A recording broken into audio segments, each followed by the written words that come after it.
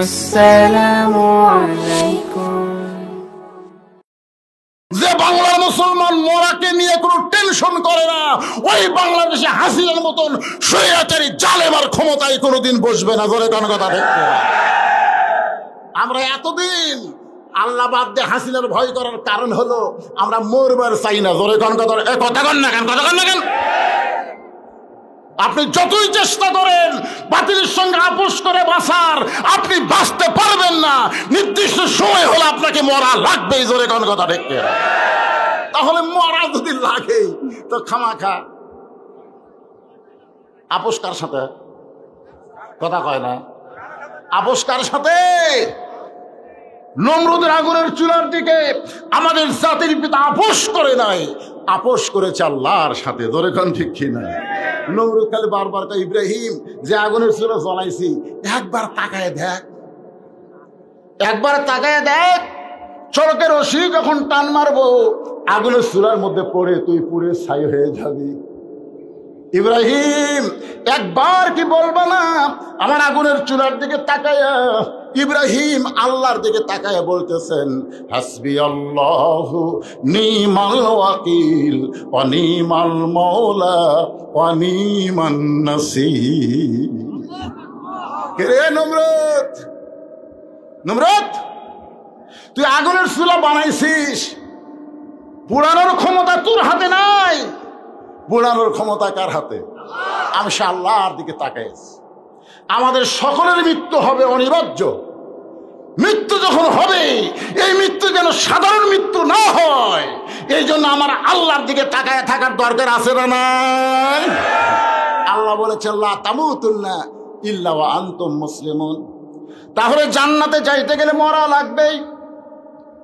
একটা দৃষ্টান্ত শুনলে আপনাদের কাছে ক্লিয়ার হয়ে যাবে। এই মাঝখানের ডানাকে কি এই এরাই তো হলো কিশোর গ্যাং। কিশোর গ্যাং তিনটা ছেলে একসঙ্গে দাঁড়াচ্ছে, এরা যদি খালি বেড়া যায় এদেরকে আপনি চেনেন? হায় হায়, আমাদের কিশোর আর এই যুবকদেরকে সাইজ করবার গেলে আল্লাহর কোরআনের আইন ছাড়া এদেরকে সাইজ করা যাবে না। ধরে কোন কথা শিখে না। আমাকে একজন বললো, হুজুর আমাদের এলাকায় যুবকেরা যে হারে নেশায় আসক্ত হয়েছে, আমাদের এলাকার যুবতী মেয়েরা যে হারে বেপর্দা হয়েছে, আমাদের এলাকার অনেক মুসলমান দাবি করে আজান হলে মসজিদে যায় না, এমনকি লুকে চুপে জুয়াও খেলা হয়। হুজুর এই ব্যাপার আপনি ওয়াজ করবেন? আমি বলি একটাই ওয়াজ, ইংরেজদের তৈরি আইন দিয়ে এই ঘূর্ণিধরা সমাজকে সাইজ করা যাবে না। এইটাকে সাইজ করতে গেলে আল্লাহর কোরআনের আইন লাগবে। জোরে কোন কথা ঠিক কিনা? ডক্টর কামালের সংবিধান দিয়া এই বাংলাদেশকে সাইজ করা যাবে না। সাইজ করতে গেলে আল্লাহর কোরআনের সংবিধান লাগবে। জোরে কোন কথা ঠিক কিনা? সব সাইজ, সব সাইজ হয়ে যাবে। নামাজ পড়বো না তো দাদাও পড়বি, বেপর্দা হয়ে ঘুরবি, ফাতেমা হওয়ার জন্য প্রতিযোগিতা করবি। জোরে কোন কথা ঠিক কিনা? খালি আইনের দরকার, ওয়াজ দেখাম হবে না। 13 বছর নবী কম ওয়াজ করছিল, 400 বছর আবু জেহেলের কাছে গেছে, কলেমার দাওয়াত দিছে, তাও সারা ঘাট তেরা কলেমা গ্রহণ করেনি। জোরে কোন কথা ঠিক কিনা?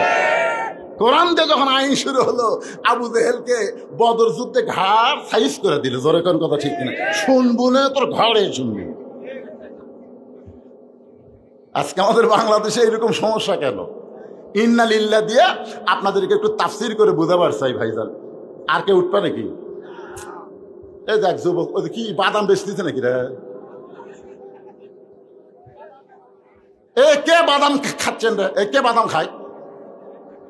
আপনারা জানেন যাদেরকে ফেরেশতা পাহারা দিচ্ছে, যেই জায়গার মধ্যে বসে আছেন আল্লাহ তাআলা এটা ইবাদতের মধ্যে শামিল করে নিয়েছে। ধরে কোন সুবহানাল্লাহ।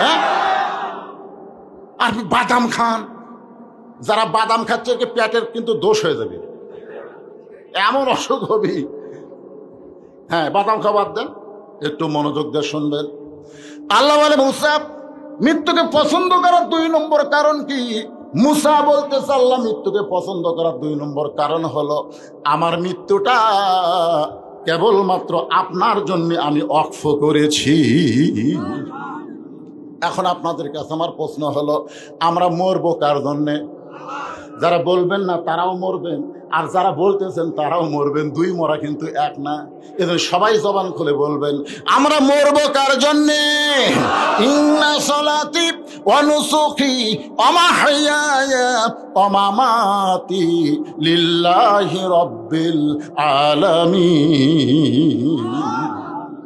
আল্লাহর জন্য যদি মরেন, সে মরাটা কেমন? রে উকিল বলতেছে, আপনার তো ফাঁসির রায় হয়ে গেছে, যে কোনো মুহূর্তে আপনার ফাঁসি কার্যকর হবে। এই ফাঁসি থেকে যদি বাঁচতে চান তো রাষ্ট্রপতির কাছে একটা দরখাস্ত লেখেন। কার কাছে? আসামি খালি মুচকি মুচকি হাসে। উকিল বলে, হাসেন কেন? বলে, হাসার কারণ হলো তোমার কথা শুনে। তুমি আমার কি বুঝ দিচ্ছ উকিল, যে রাষ্ট্রপতির কাছে বাঁচার দরখাস্ত লেখা লাগবে? আমি আমার জীবনে 3টা রাষ্ট্রপতি ক্ষমতার থাকা অবস্থায় মরা দেখছি। একটা হলো বঙ্গবন্ধু শেখ মুজিবুর রহমান, একটা জিয়াউর রহমান, একটা জিল্লুর রহমান। যারা নিজে ক্ষমতার চেয়ারে থাকার পরেও মরে যায়, তাদের কাছে কোনো ইমানদার বাঁচার দরখাস্ত লেখে না। জোরে কোন কথা ঠিক? উকিল বলতেছে, এ গোয়ারকি করার কারণে আপনার ফাঁসি হবে। আসামি বলতেছে, আমার ফাঁসি হবে কিন্তু মৃত্যু হবে না। উকিল কয়, কে রে, ফাঁসি হবি, মরবি না। কি বুঝতেছেন? আল্লাহর জন্য জীবন দেওয়া বুঝতেছেন? আল্লাহর জন্য যারা জীবন দিবে, আল্লাহ বলেছেন তারা মরবে না। আমার কথা, ওয়ালা তাকুলু লিমান ইউকতালু ফি সাবিলিল্লাহি আমওয়াতুন বাল আহইয়াউ ওয়ালাকিন লা তাশউরুন। সবাই আল্লাহু আকবার বলেন না কেন? আমরা অতীতে দেখেছি বাংলাদেশের বড় দল যেগুলা, এইগুলা দলের মধ্যে আল্লাহু আকবার নাই। আওয়ামী লীগের যত মিছিল আপনারা দেখছেন, কোন মিছিলে আল্লাহু আকবার স্লোগান পাচ্ছেন? আর ইসলামী দলের মিছিলে শুরু কি দিয়ে? নারে তাকবীর। আর এই শালারা কি দিয়ে শুরু করে? এই বাংলা পিনাকি ভট্টাচার্য ইউটিউব চ্যানেল আপনারা দেখছেন, আজকে জয় বাংলা করে দেবো। তখন কি বাংলা? জয় বাংলা মানে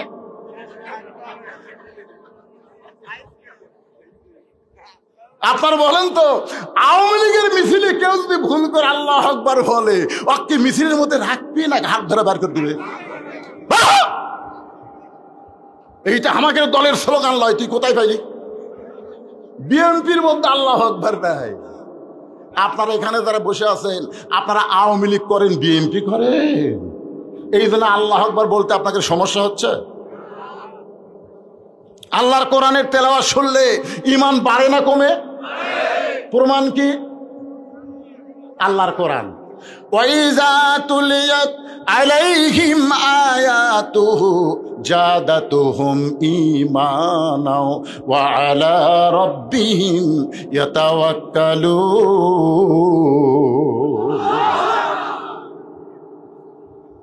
একটু মনোযোগ দিয়ে শুনবেন। হুসাইন রাদিয়াল্লাহকে হত্যা করার পরে তার মাথাটা নিয়ে গেছে দামেস্কে ইয়াজিদের দরবারে, এরকম একটা গামলার ভিতর করে। কার ভিতর? ইয়াজিদ তখন ক্ষমতার চেয়ারে বসে আছেন। হুসাইন রাদিয়াল্লাহর মস্তক মুবারক ইয়াজিদের সামনে যখন দেওয়া হয়, ইয়াজিদের হাতে একটা লাঠি ছিল, ওই লাঠিটা হুসাইন রাদিয়াল্লাহর মুখের মধ্যে ঢুকে দিল।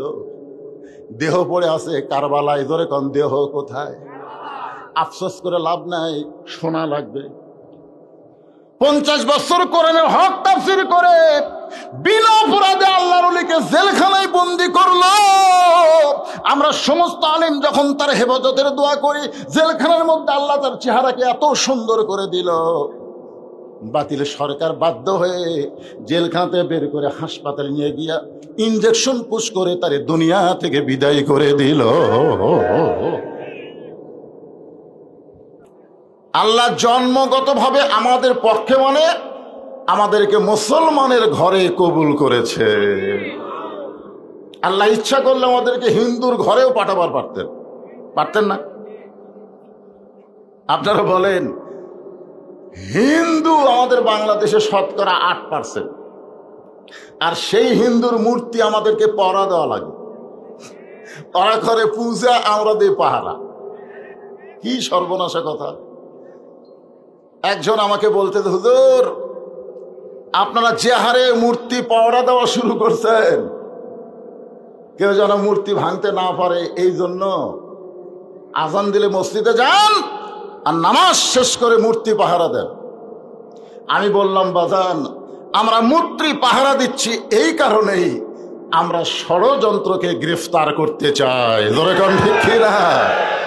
ভাঙবে ওরা আর দোষটা পাবে আমাদের মাথার উপর, এইটা যেন আর না করে, এই জন্যে আমরা পাহারা দিয়েছি। আমরা জানি ইসলাম কোন মূর্তিরে সাপোর্ট করে না। ধরে কোন কথা ঠিক না? যার প্রমাণ হলো 5ই আগস্ট। 12,000 টাকা দিয়ে মা তার সন্তানকে বিক্রি করে ক্ষুধার জ্বালায়, আর এই বাংলাদেশের সাবেক স্বৈরাচারী সরকার 400 কোটি টাকা দিয়ে তার বাবার মূর্তি তৈরি করে। জয়গণ ঠিক না? যেই পলাইছে একটা মূর্তি নাই, সব ভাঙ্গা চুরমার। এতে প্রমাণ হলো আমরা মূর্তির পক্ষের লোক না, আমরা মূর্তি ভাঙ্গার ধর্ম। জোরে বলেন কথা ঠিক না? আমরা তকবীর একটু পরে হবে, ওয়াজের লাইনে উঠ। তো যে কথা বলতেছিলাম, জন্মগত ভাবে আমরা কি মুসলমান। লাভ না লস? কি লাভ? আল্লাহ কোরআনে বলেন, ওয়ামাইয়াবতাগি গায়রাল ইসলাম দীনান ফালাই ইউকবালা মিনহু। ইসলাম ছাড়া, এ কথাগুলো মনোযোগ দিয়ে শোনেন, হয়েছে করলে হবে। এটা কি সাদুল্লাহপুর হাট? এটা কি সাদুল্লাহপুর বাজার? এইটা হলো বেহেশতের বাগান। যতক্ষণ মাহফিল চলবে, অসংখ্য রহমতের ফেরেশতা দ্বারা আল্লাহ আপনাদের পরিবেষ্টিত করে রেখেছে। ধরে কাল সুবহানাল্লাহ। আল ইনসান আশরাফুল মখলুকাত। মখলুকাতের ভিতরে মানুষ হলো সর্বশ্রেষ্ঠ মখলুক। দেখেন, মানুষ সৃষ্টির ব্যাপারে মানুষের কথা বলতে গিয়ে আল্লাহ 4টা শপথ করছেন। অতীন, অজাইতুন, অতুরি সিনিন, ওয়াহাজাল বালাদিল আমিন। তারপরে বলেছেন, লাকাদ খলাকনাল ইনসানা ফি আহসানি তাকওয়িম। তাহলে আমরা যদি হাট বাজারের মতো এখানে হইচই করি, ফেরেশতারা রিপোর্ট কি পক্ষে দিবে? এই জন্য আমরা এখানে খুবই সতর্ক হয়ে থাকবো। আল্লাহ কোরআনে বলেছেন, ওয়াইজা কুরিয়াল কোরআনু ফাসতামিউ লাহু ওয়া আনসিতু লাআল্লাকুম তুরহামুন। যখন কোরআন তেলাওয়াত হবে, কোরআন থেকে আলোচনা হবে, কোরআনের তাফসীর হবে, তখন তোমরা চুপ থেকে এই কথাগুলো অনুধাবন করো। আশা করা যায় উভয়ের উপরে আল্লাহ রহমত বর্ষণ করবেন। বক্তা এবং শ্রোতা সবার উপর আল্লাহ কি রহমত বর্ষণ করবেন? মানে রহমত বর্ষণ করবেন। এজন্য হইচই না করে মনোযোগ দিয়ে আমরা শুনব। এই আয়াতের ভিতরে আল্লাহ কি বললেন? যে ইসলাম ছাড়া, অমাইয়াবতাগি গয়রাল ইসলাম দীনান। এখানে কিন্তু ইসলামের পরে আবার দিন বলা হয়েছে। দিন কেন বলা হলো? আমাদের সাবেক প্রধানমন্ত্রী একটা কোরআনের আয়াত দিয়ে খুবই ওয়াজ করতো, সেটা হলো লা ইকরাহা ফিদ্দীন। ধর্মের মধ্যে কোনো বাড়াবাড়ি নাই। ধর্ম যার তার, আর উৎসব হলো সবার। নাউজুবিল্লাহ, আসতে কর নাকি? জি হ্যাঁ হ্যাঁ, এইবার হয়েছে সাইজ মতো। ব্যাপারটা হলো আল্লাহ একেবারে ডাইরেক্ট বলে দিচ্ছে, ইসলাম ছাড়া অন্য কোন ধর্ম কেউ যদি গ্রহণ করে, লা ইউকবালা মিনহু, সেইটা কবুল করা হবে না। আল্লাহ কোরআনে বলেছেন, লাকুম দীনুকুম ওয়ালিয়া দীন। যার ধর্ম তার কাছে। এই দুইটা আয়াতের মধ্যে দিন আছে, কিন্তু ইসলাম না আছে। এরপর আল্লাহ বললেন, ইন্না দীনা ইন্নাল্লাহিল ইসলাম।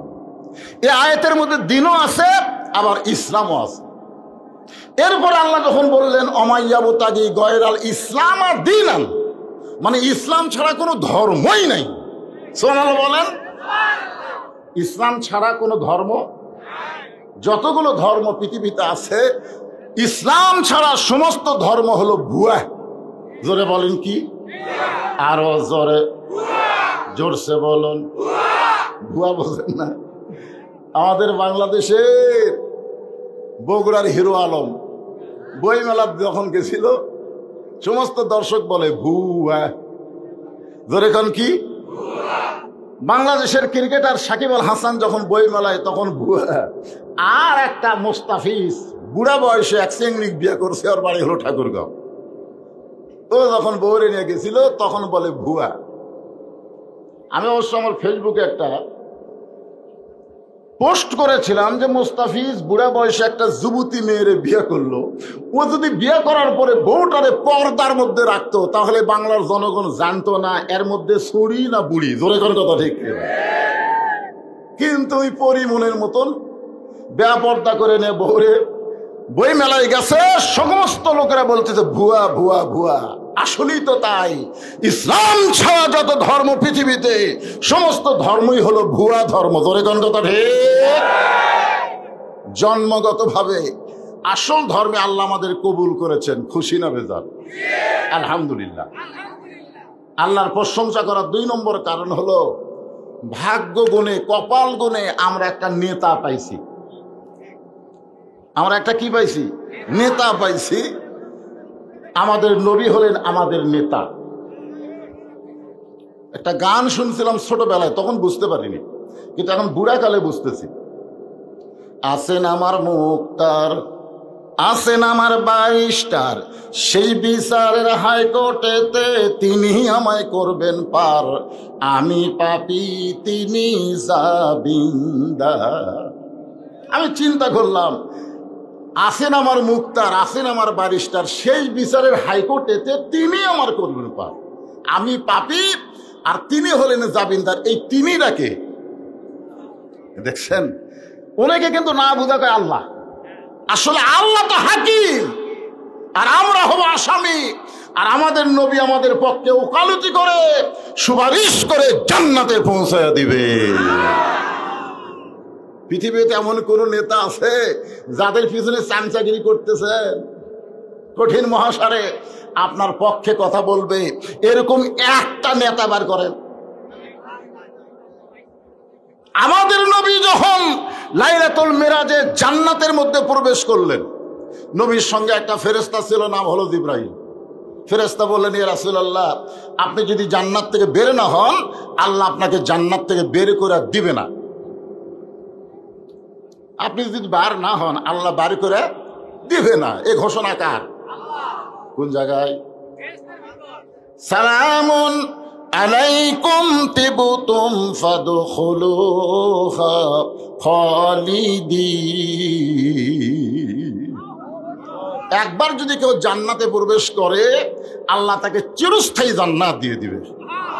আপনি যদি বের না হন আল্লাহ আপনাকে বার করে দিবে না। আপনারা বলেন তো, যেই বছর রাসূল মেরাজ করেছিলেন এই বছর কি নবীর জীবনের কষ্টের বছর না সুখের বছর? কি কষ্ট? 1 নম্বর কষ্ট হলো নবীর চাচা আবু তালিব মারা গেছে। 2 নম্বর কষ্ট হলো দরদের বিবি খাদিজাতুল কুবরা দুনিয়া থেকে বিদায় নিচ্ছে।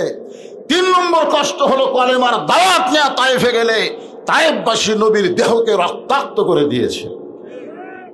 আপনারা বলেন তো, পরপর 3টে কি কষ্ট, তারপরে কি? 15.5 বছর কষ্ট করছেন, মনে করছেন এরকম কষ্টের মধ্যে আল্লাহ আমাদের রাখবে না? বহু মানুষ তাহাজ্জুদের নামাজ পড়ে আল্লাহর কাছে বিচার দিয়েছে। জোরে কোন কথা ঠিক কি না? কারণ বাংলাদেশের হাইকোর্ট, সুপ্রিম কোর্ট, জজ কোর্ট, যতগুলো কোর্ট আছে সমস্ত কোর্টের বিচারপতিরা হলো ভুয়া। জোরে বলেন কি? আরো জোরে বলেন কি? তার মধ্যে কিছুদিন আগে একটা ধরা পড়ছে, নাম হলো মানকে। কলার পাতার উপর ঘুম পাড়ে। আয় রে, মানকা বলেছিল টকশোতে, আমার জীবনের সবচাইতে বড় সাফল্য হলো সাইদি সাহেবকে আমি ফাঁসি দিয়েছি। দেখছেন, আর জীবনের সাফল্য হচ্ছে আল্লামা সাইদ হুজুরকেও ফাঁসি দিয়েছে। সব বিচারক ফাঁসি দেয়নি, ওই একলাই ফাঁসি দিয়েছে। তবে আমার আফসোস হলো আমার জীবনে সাইদি সাহেবের ফাঁসি কার্যকর আমি দেখতে পারলাম না। আল্লাহ কয় মানকা তুই কি দেখবো, জনগণকে আমি দেখাই দেব। জোরে কোন কথা ঠিক? আমরা দেখেছি আলেমদেরকে অতীত সরকার, ওই স্বৈরাচারী সরকার ডান্ডে বেড়ি দিয়ে হ্যান্ডকাপ করে আদালতে নিয়ে গেছে। জোরে কোন কথা ঠিক কিনা? হ্যাঁ, আলেমদেরকে যে হাতের সঙ্গে মানুষ মুসাহাবা করার জন্য পাগল, সে হাতে ডান্ডা বেড়ি পড়াইছে। জোরে কোন কথা ঠিক কিনা? হ্যাঁ, এমনকি তারা যদি অসুস্থ হয়ে হাসপাতালে গেছে, তা হাতের মধ্যে শিকল আছে। হায় হায়, আপনার একজন বর্ষিয়ান নেতা এবং আলেম সাবেক এমপি সোহান সাহেব, তিনি অসুস্থ হয়ে হাসপাতালে গেছিলেন। যে মানুষটাকে ছাইড়া দিলে হাঁটতে পারে না, অথচ ওই মানুষের হাতে বেরি। এত নির্দয় ছিল, এত পাষাণ ছিল, এদের মধ্যে কোনো মানবতা ছিল না। এরা দানব হয়ে উঠেছিল। জোরে কোন কথা ঠিক কিনা? দানব মনে করেছিল এইভাবেই মনে হয় আমরা চলবো। হ্যাঁ, এই জন্যে পলানার কয়েকদিন আগেই বলেছিল পালাবো না, এ দেশ আমার বাপের দেশ, এ দেশ আমার, পলাবো না। আল্লাহ কয় পলাবি না। বহু বছর আগে আল্লাহর ওলি বলেছেন বাংলার মুসলমানের এমন ঝাঁকি মারবে গাছের গোড়া ধরে দিল্লির মামু গাড়িয়ে পড়বে। জোরে কোন কথা ঠিক কিনা?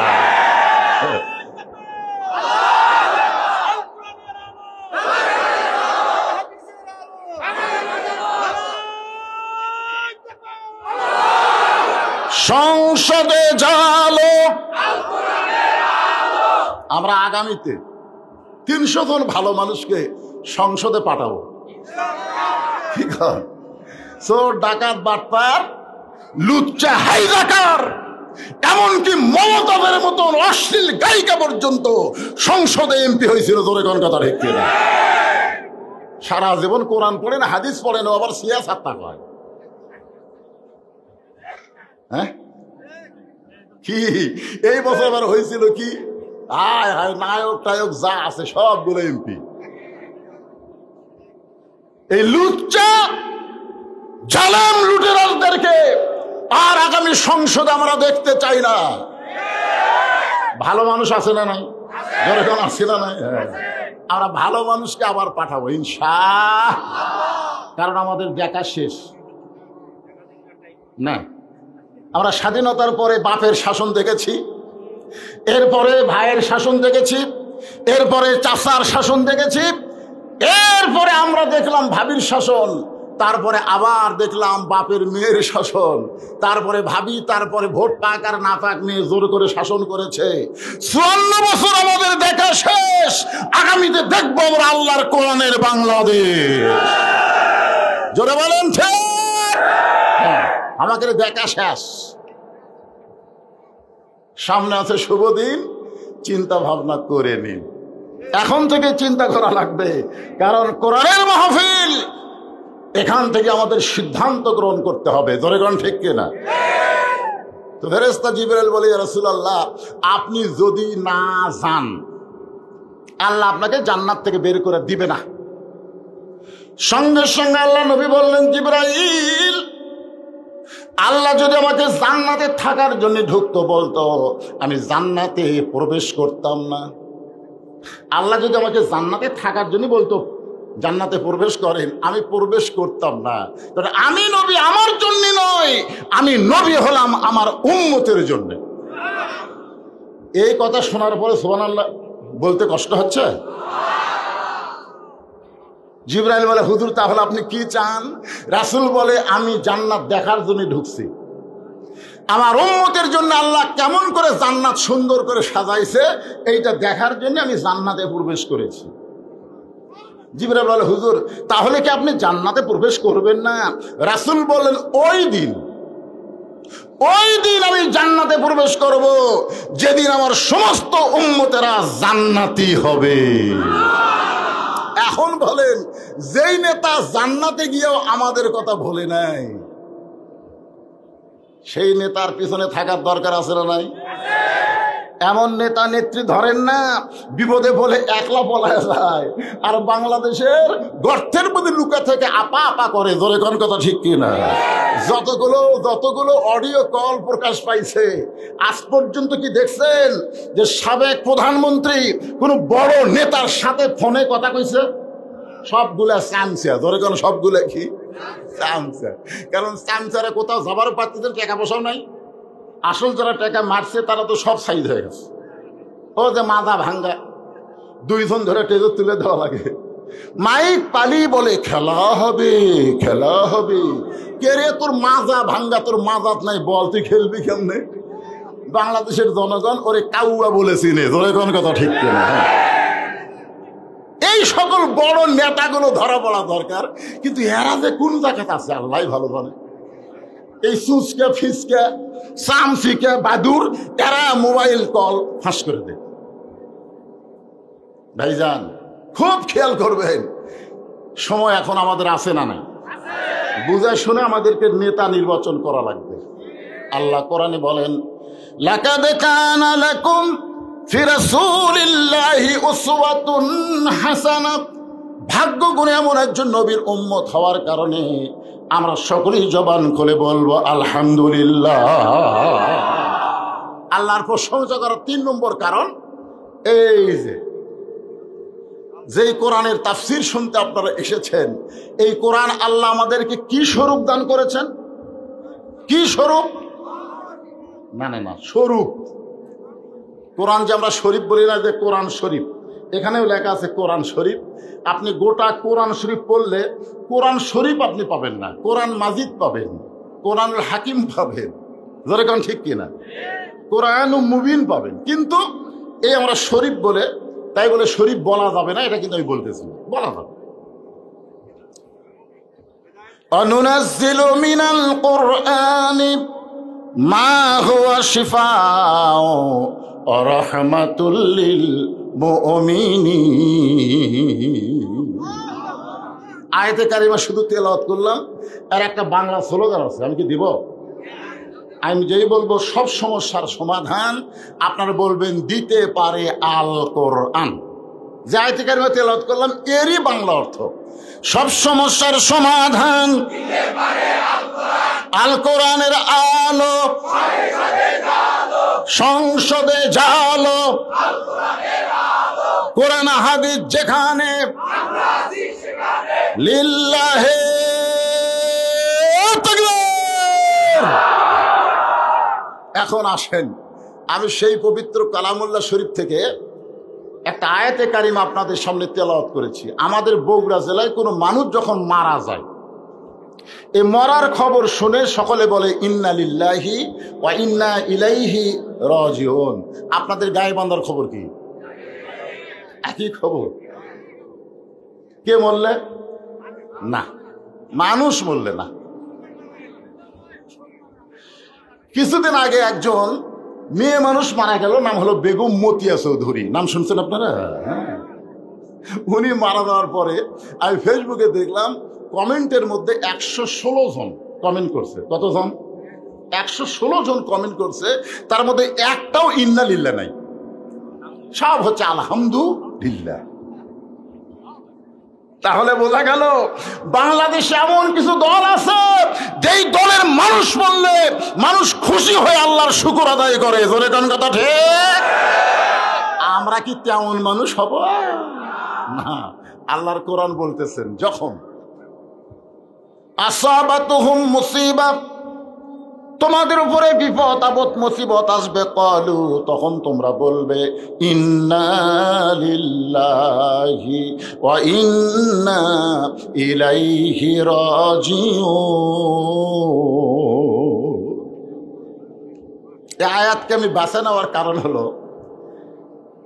এখানে উল্লেখ করা হয়েছে কেন্দ্রীয় কবরস্থান। তার মানে বোঝা গেল দুনিয়ার কোনো বাড়ির জন্য আজকের মাহফিল হচ্ছে না। আজকের মাহফিল হচ্ছে মরে গেলে আমরা কোথায় যাব, সে গোরস্থানকে নিয়ে। ঠিক কিনা বলেন? কথা বলেন। কিন্তু যেদিন ডাক পড়িবে কবর মাঝে যাইতে, জোগাড় কিছু করছো বন্ধু তার মাঝে বিছাইতে। এই যুবকেরা, এই মশান মারতেছ। এখানে কোনোদিনও বলা হয়নি যে বুড়া হলে ডাক পড়িবে কবর মাঝে যাইতে, তা বলা হয়নি। বলা হয়েছে কিন্তু যেদিন, যেদিন, কোন দিন, কোন সময়, এইটা বলা হয় নাই। আমরা বিশ্বাস করব যে কোনো সময় ডাক পড়তে পারে। জোরে গান ঠিক না? কি নিয়ে যাবেন কবরে? এক মনোযোগ দিয়ে কথাটা শোনেন, যাওয়া লাগবে না। রাসূল বলেছেন সর্বশেষে যেই ব্যক্তি কবরে যাবে, দুনিয়ার জীবনে তাকে 50,000 বছর কবরে থাকতে হবে। কত বছর? 50,000। তাহলে যেই বিল্ডিং বাড়িতে আপনি থাকতে পারবেন না, সেই বাড়ির প্রতি এত মায়া, আর যেখানে কমপক্ষে 50,000 বছর থাকা লাগবে, সেই কবরের কোনো খবর আমাদের কাছে আছে? আজকে খবর দিব, দিবেন আল্লাহর কোরআন দিয়ে। এই জন্যে সবাইকে একটু মনোযোগ দিয়ে কথা শুনতে হবে। আল্লাহ বলেছেন, ইয়া আইয়ুহাল্লাযীনা আমানুত্তাকুল্লাহা হাক্কা তুকাতিহি ওয়া লা তামুতুন্না ইল্লা ওয়া আনতুম মুসলিমুন। এই আয়াতে আল্লাহ কি বলতেছেন? যারা আমাকে বিশ্বাস স্থাপন করেছো, একমাত্র ভয় করতে হবে কার? আমরা 15.5 বছর কার ভয় করছি? আমার এলাকার ইমাম সাহেব ভয়ের ঠেলায় দোয়ার মধ্যে বলেছে রব্বানা আতিনা ফিদ দুনিয়া হাসিনা। হাসানার জায়গা ভয়ের ঠেলায় হাসিনা করছে। এতই ভয় ছিল ভাই। হ্যাঁ হাসিনা রে, উপায় নাই রে, উপায় নাই রে মানুষ, উপায় নাই। আল্লাহ ছাড়া কাউকে ভয় করিলে ঈমান রাখার উপায় নেই। আল্লাহ বলতেছেন, আমার উপর যারা বিশ্বাস স্থাপন করেছো, তোমাদের 1 নম্বর আমল হচ্ছে আত্তাকুল্লাহ, ভয় করতে হবে কার? আরো জোরে বলেন। কিন্তু আমরা বক্তারাও পর্যন্ত দেখে শোনা ওয়াজ করছি। আগে তেজে আসে আমরা দেখি, মানে তেজে বসে আছে কারা? মাইক কাটা নেওয়ার লোক নাকি? আমি আমার সামনে থেকে বহুদিন মাইক কাটে নিছে, হুজুর এই ওয়াজ আমরা শুনবো না। ওরে বাবা রে! তা আগে এসে দেখি যে স্বৈরাচারের কোনো ক্যাডার আছে কিনা। তারপরে আমরা দেখি পুলিশের গাড়ি, র্যাবের গাড়ি আছে কিনা। এইগুলা দেখি, যদি পুলিশের গাড়ি থাকে, র্যাবের গাড়ি থাকে, ক্যাডারেরা যদি মঞ্চে থাকে, তখন আমরা তেল তেল আওয়াজ করে বাড়ির যাই।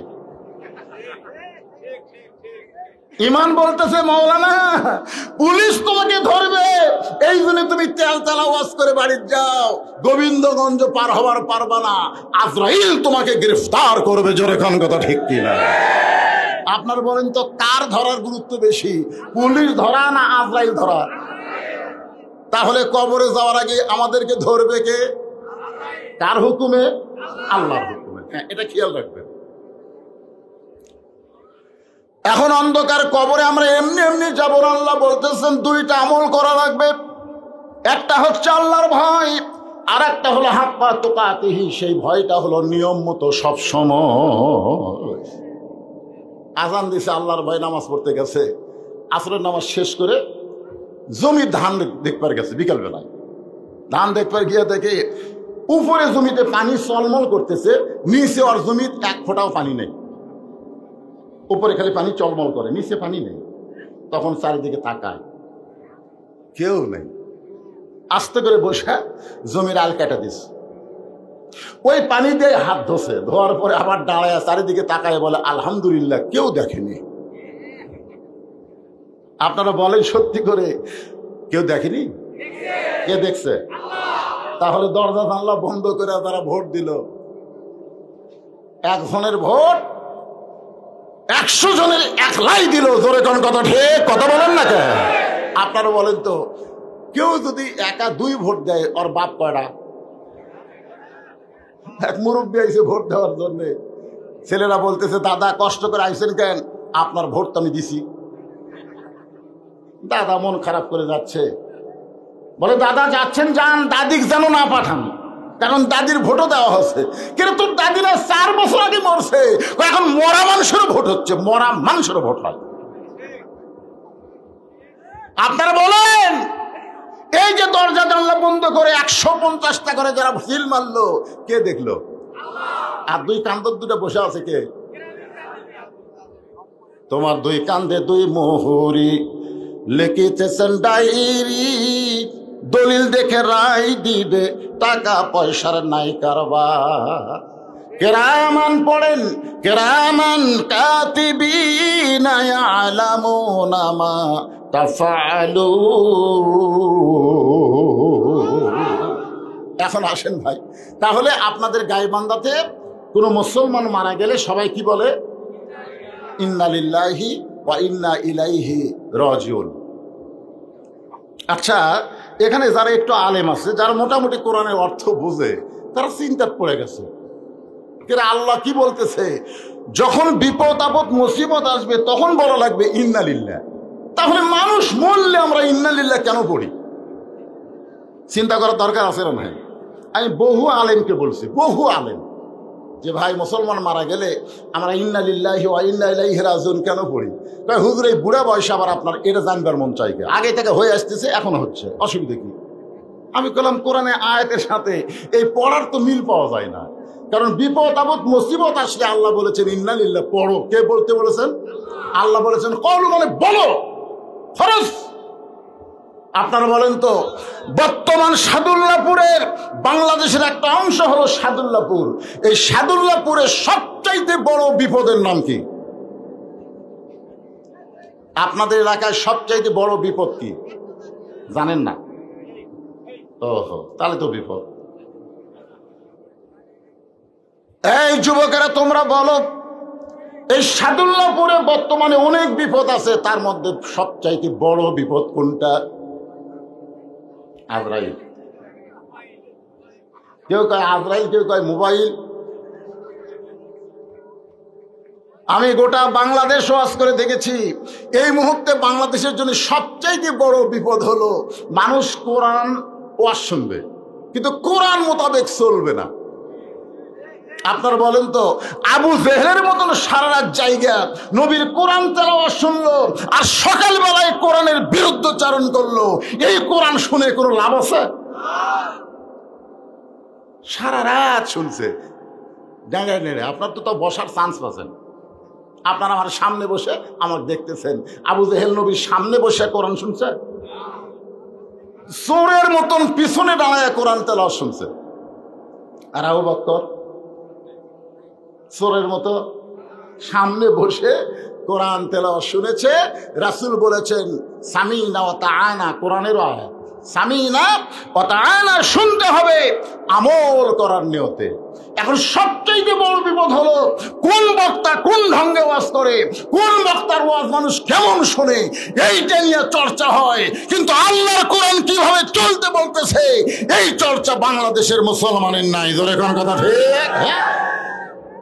জাবিয়াল বলবে এখানে তো বহু বক্তাইছে, এ বলতো এই বছরের মধ্যে কার ওয়াজ সারছে, এইটা গল্প হল। ভাইজান, এটা হলো সবচাইতে বড় বিপদ। কোরআন শুনবে কিন্তু কোরআন আন্দোলন আনবে না, কোরআনের দল করবে না, কোরআনকে বাস্তব জীবনে আমল করবে না, এটাই হলো সবচাইতে বড় বিপদ। জোরে কোন কথা ঠিক কিনা? আপনার বলেন এই কোরআনটা আসলে কি? এটা ওয়াজ শোনার ভিতর দিয়ে জানা যাবে না, কোরআনকে বুঝতে গেলে কোরআনকে গ্রহণ করা লাগবে। জোরে কোন ঠিক? হ্যাঁ, আল্লাহর কোরআনকে যখন কেউ গ্রহণ করবে তখন তার চরিত্রটা কেমন হবে এইটা বোঝানোর জন্য আমি আপনাদের বলতেছি, কোরআনের শাসক বাংলাদেশের মতন ৯৬টা দেশের খলিফা, নাম হলো হযরত ওমর। নাম কি? নিজেরা আইন দিয়ে রাষ্ট্র চলায় না, আইন চলতেছে কার? সবসময় বিশ্বাস করে তাবারাকাল্লাযী বিয়াদিহিল মুলক, গোটা পৃথিবীর রাজত্ব কর্তৃত্ব মালিকানা একমাত্র কার হাতে? ওয়া হুয়া আলা কুল্লি শাইইন কাদির, একমাত্র সমস্ত ক্ষমতার মালিক কে? আর আমাদের বাংলাদেশে 15.5 বছর আওয়ামী লীগ ক্ষমতাতে ছিল রে, এখন সামনে কে যাবি, কার হাতে ক্ষমতা? একদল বলতেছে বিএনপি যাবি রে, আওয়ামী লীগ যদি না দাঁড়ায় বিএনপি যাবি রে, বিএনপির হাতে ক্ষমতা যাবে। আসলে ক্ষমতা কার হাতে? জোরে বলেন। কেউ যদি কোনো সময় বলে আওয়ামী লীগ ক্ষমতায় আছে, বিএনপি ক্ষমতায় আছে, অমুক দল ক্ষমতায় আছে, বলা মাত্র সে মুশরিক হয়ে যাবে। ক্ষমতার মধ্যে কোনো ভাগাভাগি চলবে না, একমাত্র ক্ষমতা আমার আল্লাহর। জোরে বলেন কথা ঠিক কিনা? ক্ষমতা যদি আওয়ামী লীগের হাতে থাকে পলালো কেন? কথা বলেন, পলালো কেন? তোমরা জানো না, আল্লাহ বহু আগেই বলে দিয়েছে। কি বলেছেন? তুযিল্লু মান তাশা ওয়া তুইজ্জু মান তাশা ওয়া তুযিল্লু মান তাশা বিয়াদিকাল খায়র ইন্নাকা আলা কুল্লি শাইইন কাদির। সম্মান দেওয়ার মালিককে, সম্মান দিয়ে চেয়ারে বসানোর মালিককে, আবার অপমান করার মালিককে, ঘাড় ধরে নামানোর মালিককে, ভালো মন্দর মালিককে, সমস্ত ক্ষমতার মালিককে। তাহলে তুমি কোন আক্কেলে কইলে 42 সাল 41 সাল পর্যন্ত কোন আক্কেলে কইলে? তুমি 4 তারিখই জানো না 5 তারিখ তোমার কি ঘটবে? জোরে কোন কথা ঠিক? আরে আফসোস, সময় চাইছিল, সময় চাইছিল 2 ঘন্টা আমার 45 মিনিট দেওয়া হলো, নিজে ভাত টাত করছে 12 আইটেম দিয়ে, সেটা খাওয়া পর্যন্ত হলো না, মামু বাড়ি গিয়ে খাওয়া লাগলো। জোরে কোন কথা ঠিক? তাহলে আজকে বিশ্বাস করেন ক্ষমতার মালিককে? আওয়ামী লীগের কোনো ক্ষমতা নাই, বিএনপির কোনো ক্ষমতা নাই, ইসলামী দলের কোনো ক্ষমতা নাই, সমস্ত ক্ষমতা একমাত্র কার? এটা বিশ্বাস করবেন বাবা। 4 সালে গল্প করবেন, সামনে কে ক্ষমতা আসতেছে, সামনে কে ক্ষমতা আসতেছে। কি মন খারাপ করতেছেন?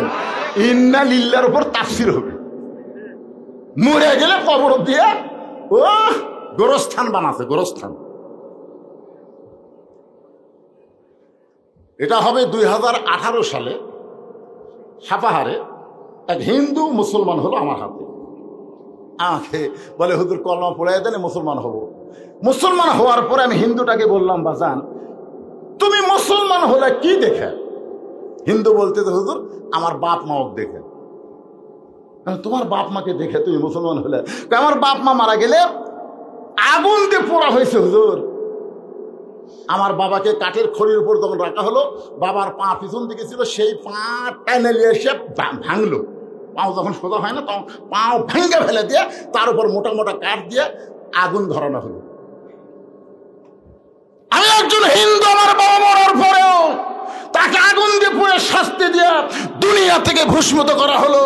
আমি একজন মুসলমানের মরা দেখেছি, মরার পরে তাকে কত যত্ন করে গোসল করায়া, তাকে কাফনের কাপড় পরায়া, তার জানাজা করে যখন গোরস্থানে দাফন করা হয়, এই দৃশ্য দেখার সঙ্গে সঙ্গে আমি বললাম একমাত্র জাত হলো মুসলমান জাত। জোরে কোনো কথা ঠিক কিনা?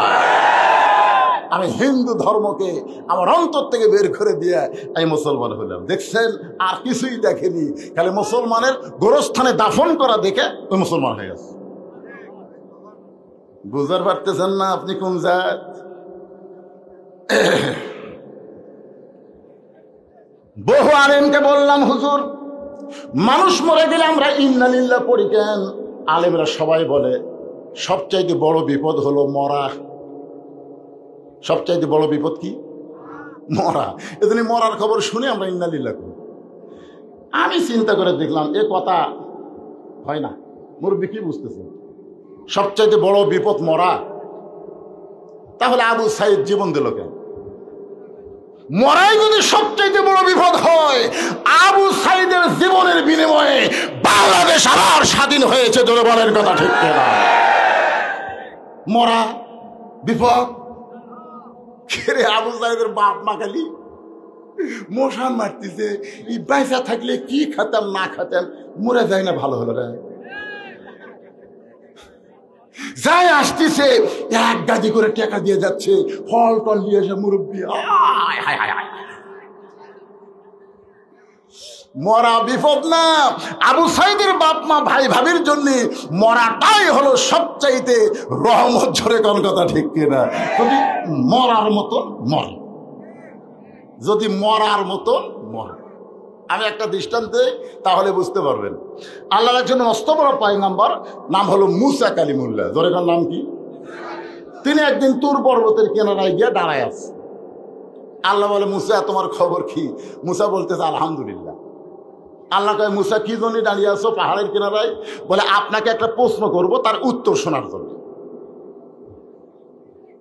তা আল্লাহ বলে, মুসা কি প্রশ্ন? মুসা বলতেছে, আল্লাহ আমার যা আছে তোমার তা নেই। আল্লাহ কয়, মুসা ঠিক হইলি? আমার যা আছে তোমার তা নাই। আল্লাহ বলে, মুসা এমন কথা বলা ঠিক না, আল্লাহর সাথে কারো তুলনা চলে। মুসা বলতেছে, আল্লাহ ভালো করে শোনো তো আগে, আমার যা আছে তোমার তা নাই, সেটা কি জানো? আল্লাহ বলে, সেটা কি? মুসা বলতেছে, আল্লাহ আমার মৃত্যু আছে কিন্তু আপনার মৃত্যু নেই। আল্লাহ কয়, ঠিকই তো তাই রে। মুসা বলতেছে, আল্লাহ যতই মশান মারো তুমি মারতে পারবা কিন্তু মরতে পারবা না। মরার যে কি মজা সেটা আমি পাবো কিন্তু তুমি পাবা না। মরার যে কি মজা, কুল্লু নাফসিন জায়গাতুল মাউত। জায়গাত শব্দের অর্থ হলো স্বাদ, মজা। মরার যে কি মজা সেইটা আমি মুসা পাবো কিন্তু তুমি পাইবা না। আল্লাহ বলে, মুসা মৃত্যু তোমার কাছে কেমন মনে হয়? মৃত্যু তোমার কাছে কেমন মনে হয়? মুসা বলতেছে, আল্লাহ দুনিয়ার জীবনে যত নিয়ামত আমাকে দান করেছেন তার মধ্যে উত্তম নিয়ামতের নাম হলো মৃত্যু। সবাই সুবহানাল্লাহ বললেন না? বুঝতে পারেননি। মুসা বলতেছে, আল্লাহ আমাকে যত নিয়ামত দিয়েছেন, আমাকে নবী বানাইছেন, এটা আপনার নিয়ামত। আমাকে কালিমুল্লাহ ডিগ্রি দিয়েছেন, এটাও আপনার নিয়ামত। যত নিয়ামত আপনি আমাকে দিয়েছেন তার মধ্যে উত্তম নিয়ামতের নাম হলো মৃত্যু। আল্লাহ মুসা মানুষ মরবারই চায় না। মানুষ মরবার চায়? দেখবেন বুড়িয়া থুড়া ভাঙ্গা চুড়ে, তারপরেও মরার কথা বললে আল্লাহ। স্বামীর হতে ক্যান্সার রোগ, 1 মাস পরেই মারা যাবে। বউ খালি সমানে কান দেয়, বলে, আল্লাহ আমার হায়াত স্বামীকে দাও, স্বামীর মৃত্যু আমাকে দাও। স্বামী কয়, পাগলি যতই কান দেখ রে, যতই কান দেখ, আমার এমন একটা বেদি হয়েছে আমি আর বাঁচবই না। বলে, না আমি আল্লাহকে বলতেছি, আল্লাহ আমার হায়াত স্বামীকে দাও, স্বামীর মৃত্যু আমাকে দাও। স্বামী বইয়ের কপালে হাত দেয়, বলে, মরে যাচ্ছি কিন্তু এমন একটা বউ রেখে যাচ্ছি যে বউ তার জীবনের চাইতে আমাকে বেশি ভালোবাসে। আসলে কি বাস্তব? রাত্রেবেলা স্বামী স্ত্রী এক ঘরের মধ্যে ঘুমাইছে, ওই বাড়িতে একটা ষাঁড় গরু আছিল, আইডিয়া গরু। ওই দড়ি ছেঁড়া বের হয়েছে খাবার জন্য, কিন্তু দরজা বন্ধ, বাহিরে যাওয়ার পারে নাই। বাড়ির মধ্যে খুঁজে দেখে বারান্দার একটা সিলভারের পাতিলের নিচে চিটিয়া লালি। এখন ষাঁড় গরু লালি খাওয়ার জন্য পাতিলের তলে মুখ লিবার যায়, কিন্তু এই শিং বেঁচে যায়। পাতিলের কান্নার মধ্যে শিং বেঁধে যায়। জোর করে যখন খাবার চাইছে, ছোট ছোট শিং তো ঢুকে গেছে। লালি হাতে পাইছে, লালি খাওয়া শেষ, কিন্তু পাতিল আর মাথা ছাড়ে না, ওইখানে করতেছে কিন্তু না। আপনি বলেন, 2 শিং যদি পাতিলের কান্দার মধ্যে আটকে যায়, আয়না কি তখন দেখতে পায়? একটা অন্ধ হয়ে স্বামী স্ত্রী যে ঘরে ঘুমাইছে ওই ঘরের মধ্যে হো হো করে ঢুকছে। বসিল্লা বলে, বাবা আজরাইল ঢুকছেই যখন, তাহলে আমার স্বামীর কাছে যাও, কারণ আমার স্বামী হলো ক্যান্সার রোগী। স্বামী কয়, কে রে বউ, কি হয়েছে? বউকে আজরাইল আইছে তো তোমারে দেখাই দিলাম। স্বামী কয়, দিনের হলো না, কইনি আপনার মৃত্যু আমার দেখ, আমার হায়াত আল্লাহ আপনাকে দেখ। বউ বলে, মৃত্যুর কথা মুখে বলা যায় কিন্তু অন্তর থেকে মৃত্যু কেউ চায় না। ধরে কোন কথা ঠিক? আল্লাহ বলে, মুসা মৃত্যু তোমার কাছে পছন্দ হওয়ার কারণ কি? মৃত্যু তোমার কাছে নিয়ামত মনে হওয়ার কারণ কি? মুসা বলতেছে, আল্লাহ কারণ হলো 3টা। জোরে বলেন, কয়টা? আরো জোরে। 1 নম্বর কারণ হলো, না মরলে জান্নাতে যাওয়া যাবে না। এত সুন্দর জান্নাত আপনি বানায় রাখছেন, সেই জান্নাতে যদি যাবার চাই, মরা ছাড়া জান্নাতে যাওয়ার কোনো রাস্তা। আপনারা কি জান্নাতে যাবার চান? কারা কারা যাবার চান? আল্লাহকে একটু হাত দেখেন তো দেখি। লিল্লাহে তাকবীর। তোলেন না কেন, জামার চাচ্ছেন না ঘুম ধরছে? হাত নামান, হাত নামান। এখন জান্নাতে যদি যাবার চান, সত্যি আপনারা যাবার চান, আপনার কি জীবিত অবস্থায় যাবার পারবেন না মরা লাগবে? জোরে বলেন, মরা লাগবে? তাহলে জান্নাতে যদি যাবার চাই, কি চাই? সকলে বলেন, মরতে চাই। জান্নাতে যাবার চাইলে কি চাই? আরো জোরে, জোরসে বলুন। ফেরেশতা কয়, আল্লাহ, জীবনে বহু মাহফিলে গেলাম, কিন্তু মরতে চাই মিছিল তো কোনো মাহফিল হয় নাই। আল্লাহ বলে, ফেরেশতা সাক্ষী থাক, যে বাংলার মুসলমান মরাকে নিয়ে কোনো টেনশন করে না, ওই বাংলাদেশে হাসিনার মতন স্বৈরাচারী জালেমার ক্ষমতায় কোনোদিন বসবে না। জোরে কোন কথা দেখতে, আমরা এতদিন আল্লাহ বাদ দিয়ে হাসিনার ভয় করার কারণ হলো আমরা মরবার চাই না। জোরে কোন কথা, কথা কন না কেন, কথা কন না কেন? আপনি যতই চেষ্টা করেন বাতিলের সঙ্গে আপোষ করে বাঁচার, আপনি বাঁচতে পারবেন না।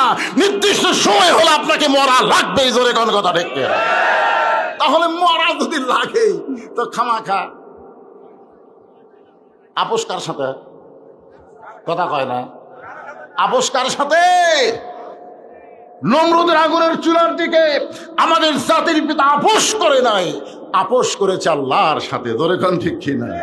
নমরুদ খালি বারবার কয়, ইব্রাহিম, যে আগুনের চুলা জ্বলাইছি, একবার তাকায় দেখ, একবার তাকায় দেখ, চরকের রশি যখন টান মারবো আগুনের চুলার মধ্যে পড়ে তুই পুড়ে ছাই হয়ে যাবি। ইব্রাহিম, একবার কি বলবা না আমার আগুনের চুলার দিকে তাকায়া? ইব্রাহিম আল্লাহর দিকে তাকায়া বলতেছেন, হাসবি আল্লাহু নিমাল ওয়াকিল ওয়া নিমাল মাওলা ওয়া নিমান নাসীর। কে রে নমরুদ? নমরুদ, তুই আগুনের চুলা বানাইছিস, পোড়ানোর ক্ষমতা তোর হাতে নাই, পোড়ানোর ক্ষমতা কার হাতে? আমি সে আল্লাহর দিকে তাকাইছি। আমাদের সকলের মৃত্যু হবে অনিবার্য।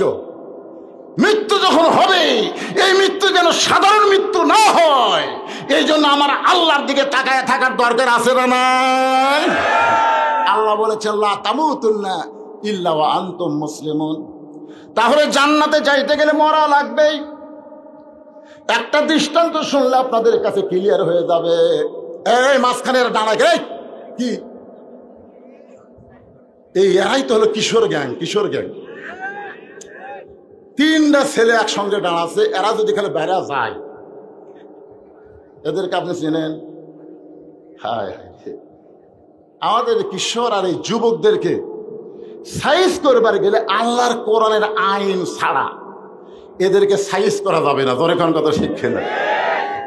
আমাকে একজন বললো, হুজুর, আমাদের এলাকায় যুবকেরা যে হারে নেশায় আসক্ত হয়েছে, আমাদের এলাকার যুবতী মেয়েরা যে হারে বেপর্দা হয়েছে, আমাদের এলাকার অনেক মুসলমান দাবি করে আজান হলে মসজিদে যায় না, এমনকি লুকে চুপে জুয়াও খেলা হয়। হুজুর, এই ব্যাপার আপনি ওয়াজ করবেন? আমি বলি, একটাই ওয়াজ, ইংরেজদের তৈরি আইন দিয়ে এই ঘূর্ণিধরা সমাজকে সাইজ করা যাবে না। এইটাকে সাইজ করতে গেলে আল্লাহর কোরআনের আইন লাগবে। জোরে কোন কথা ঠিক কিনা? ডক্টর কামালের সংবিধান দিয়া এই বাংলাদেশকে সাইজ করা যাবে না। সাইজ করতে গেলে আল্লাহর কোরআনের সংবিধান লাগবে। জোরে কোন কথা ঠিক কিনা? সব সাইজ, সব সাইজ হয়ে যাবে। নামাজ পড়বো না তো দাদাও পড়বি, বেপর্দা হয়ে ঘুরবি, ফাতেমা হওয়ার জন্য প্রতিযোগিতা করবি। জোরে কোন কথা ঠিক কিনা? খালি আইনের দরকার, ওয়াজ দিয়ে কাম হবে না। 13 বছর নবী কম ওয়াজ করছিল, 400 বছর আবু জেহেলের কাছে গেছে, কলেমার দাওয়াত দিছে, তাও সারা ঘাট তেরা কলেমা গ্রহণ করেনি। জোরে কোন কথা ঠিক কিনা? কোরআন দিয়ে যখন আইন শুরু হলো, আবু জেহেলকে বদর যুদ্ধে ঘাড় সাইজ করে দিল। জোরে কোন কথা ঠিক কিনা? শুনবো না তোর ঘাড়ে শুনবি। আজকে আমাদের বাংলাদেশে এরকম সমস্যা কেন? ইন্না লিল্লাহ দিয়া আপনাদেরকে একটু তাফসির করে বুঝাবার চাই ভাইজান। আর কে উঠবে নাকি? এই দেখ যুবক, ওই কি বাদাম বেচতেছে নাকি রে? এ কে বাদাম খাচ্ছেন রে? এ কে বাদাম খায়? আপনারা জানেন যাদেরকে ফেরেশতা পাহারা দিচ্ছে, যেই জায়গার মধ্যে বসে আছেন, আল্লাহ তাআলা এটা ইবাদতের মধ্যে শামিল করে নিয়েছে। ধরে সুবহানাল্লাহ। আর বাদাম খান, যারা বাদাম খাচ্ছে পেটের কিন্তু দোষ হয়ে যাবে, এমন অসুখ হবে হ্যাঁ, বাদাম খাবার দেন, একটু মনোযোগ দিয়ে শুনবেন। আল্লাহ বলে মুসা মৃত্যুকে পছন্দ করার 2 নম্বর কারণ কি? মুসা বলতেছে আল্লাহ মৃত্যুকে পছন্দ করার 2 নম্বর কারণ হলো আমার মৃত্যুটা কেবলমাত্র আপনার জন্য আমি ওয়াকফ করেছি। এখন আপনাদের কাছে আমার প্রশ্ন হলো, আমরা মরবো কার জন্যে? যারা বলবেন না তারাও মরবেন, আর যারা বলতেছেন তারাও মরবেন, 2 মরা কিন্তু এক না। এজন্য সবাই জবান খুলে বলবেন, আমরা মরবো কার জন্যে? ইন্না সলাতি ওয়া নুসুকি ওয়া মাহইয়ায়া ওয়া মামাতি লিল্লাহি রাব্বিল আলামিন। আল্লাহর জন্য যদি মরেন, সে মরাটা কেমন? হ্যাঁ রে, উকিল বলতেছে আপনার তো ফাঁসির রায় হয়ে গেছে, যে কোনো মুহূর্তে আপনার ফাঁসি কার্যকর হবে। এই ফাঁসি থেকে যদি বাঁচতে চান তো রাষ্ট্রপতির কাছে একটা দরখাস্ত লেখেন। কার কাছে? আসামি খালি মুচকি মুচকি হাসে। উকিল বলে হাসেন কেন? বলে হাসার কারণ হলো তোমার কথা শুনে। তুমি আমার কি বুঝ দিচ্ছ উকিল যে রাষ্ট্রপতির কাছে বাঁচার দরখাস্ত লেখা লাগবে? আমি আমার জীবনে 3টা রাষ্ট্রপতি ক্ষমতার থাকা অবস্থায় মরা দেখছি। একটা হলো বঙ্গবন্ধু শেখ মুজিবুর রহমান, একটা জিয়াউর রহমান, একটা জিল্লুর রহমান। যারা নিজে ক্ষমতার চেয়ারে থাকার পরেও মরে যায়, তাদের কাছে কোনো ইমানদার বাঁচার দরখাস্ত লেখে না। জোরে কোন কথা ঠিক? উকিল বলতেছে এ গোয়ারকি করার কারণে আপনার ফাঁসি হবে। আসামি বলতেছে আমার ফাঁসি হবে কিন্তু মৃত্যু হবে না। উকিল কয় কে রে, ফাঁসি হবি মরবি না। কি বুঝতেছেন? আল্লাহর জন্য জীবন দেওয়া বুঝতেছেন? আল্লাহর জন্য যারা জীবন দিবে আল্লাহ বলেছেন তারা মরবে না। আমার কথা, ওয়ালা তাকুলু লিমান ইউকতালু ফি সাবিলিল্লাহি আমওয়াতুন বাল আহইয়াউ ওয়ালাকিন লা তাশউরুন। সবাই আল্লাহু আকবার বলেন না কেন? আমরা অতীতে দেখেছি বাংলাদেশের বড় দল যেগুলা, এইগুলা দলের মধ্যে আল্লাহু আকবার নাই। আওয়ামী লীগের যত মিছিল আপনারা দেখছেন, কোন মিছিলে আল্লাহু আকবার স্লোগান পাচ্ছেন? আর ইসলামী দলের মিছিলে শুরু কি দিয়ে? নারে তাকবীর। আর এই শালারা কি দিয়ে শুরু করে? এই বাংলা পিনাকি ভট্টাচার্য ইউটিউব চ্যানেল আপনারা দেখছেন, আজকে জয় বাংলা করে দেবো। এখন কি বাংলা? জয় বাংলা মানে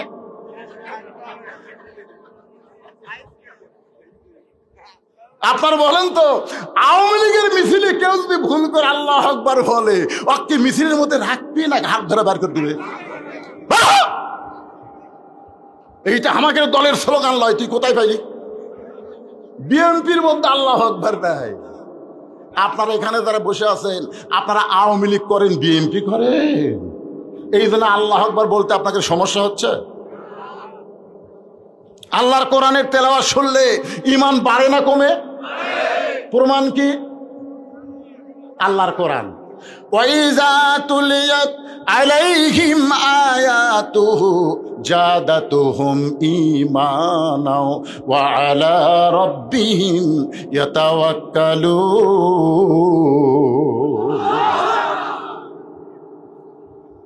একটু মনোযোগ দিয়ে শুনবেন। হুসাইন রাদিয়াল্লাহকে হত্যা করার পরে তার মাথাটা নিয়ে গেছে দামেস্কে ইয়াজিদের দরবারে। এরকম একটা গামলার ভিতর করে। কার ভিতর? ইয়াজিদ তখন ক্ষমতার চেয়ারে বসে আছেন। হুসাইন রাদিয়াল্লাহর মস্তক মুবারক ইয়াজিদের সামনে যখন দেওয়া হয়, ইয়াজিদের হাতে একটা লাঠি ছিল। ওই লাঠিটা হুসাইন রাদিয়াল্লাহর মুখের মধ্যে ঢুকাইয়া দিল। দেহ পড়ে আছে কারবালায়। জোরে কোন দেহ কোথায়? আফসোস করে লাভ নাই, শোনা লাগবে।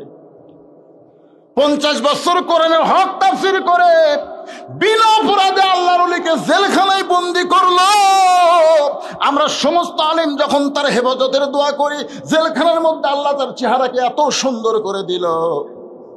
বাতিলের সরকার বাধ্য হয়ে জেলখানাতে বের করে হাসপাতালে নিয়ে গিয়া ইঞ্জেকশন পুশ করে তারে দুনিয়া থেকে বিদায় করে দিল।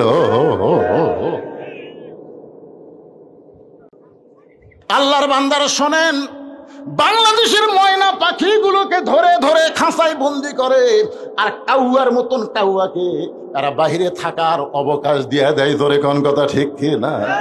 আমার সোনার ময়না পাখি, আফসোস করে লাভ আছে।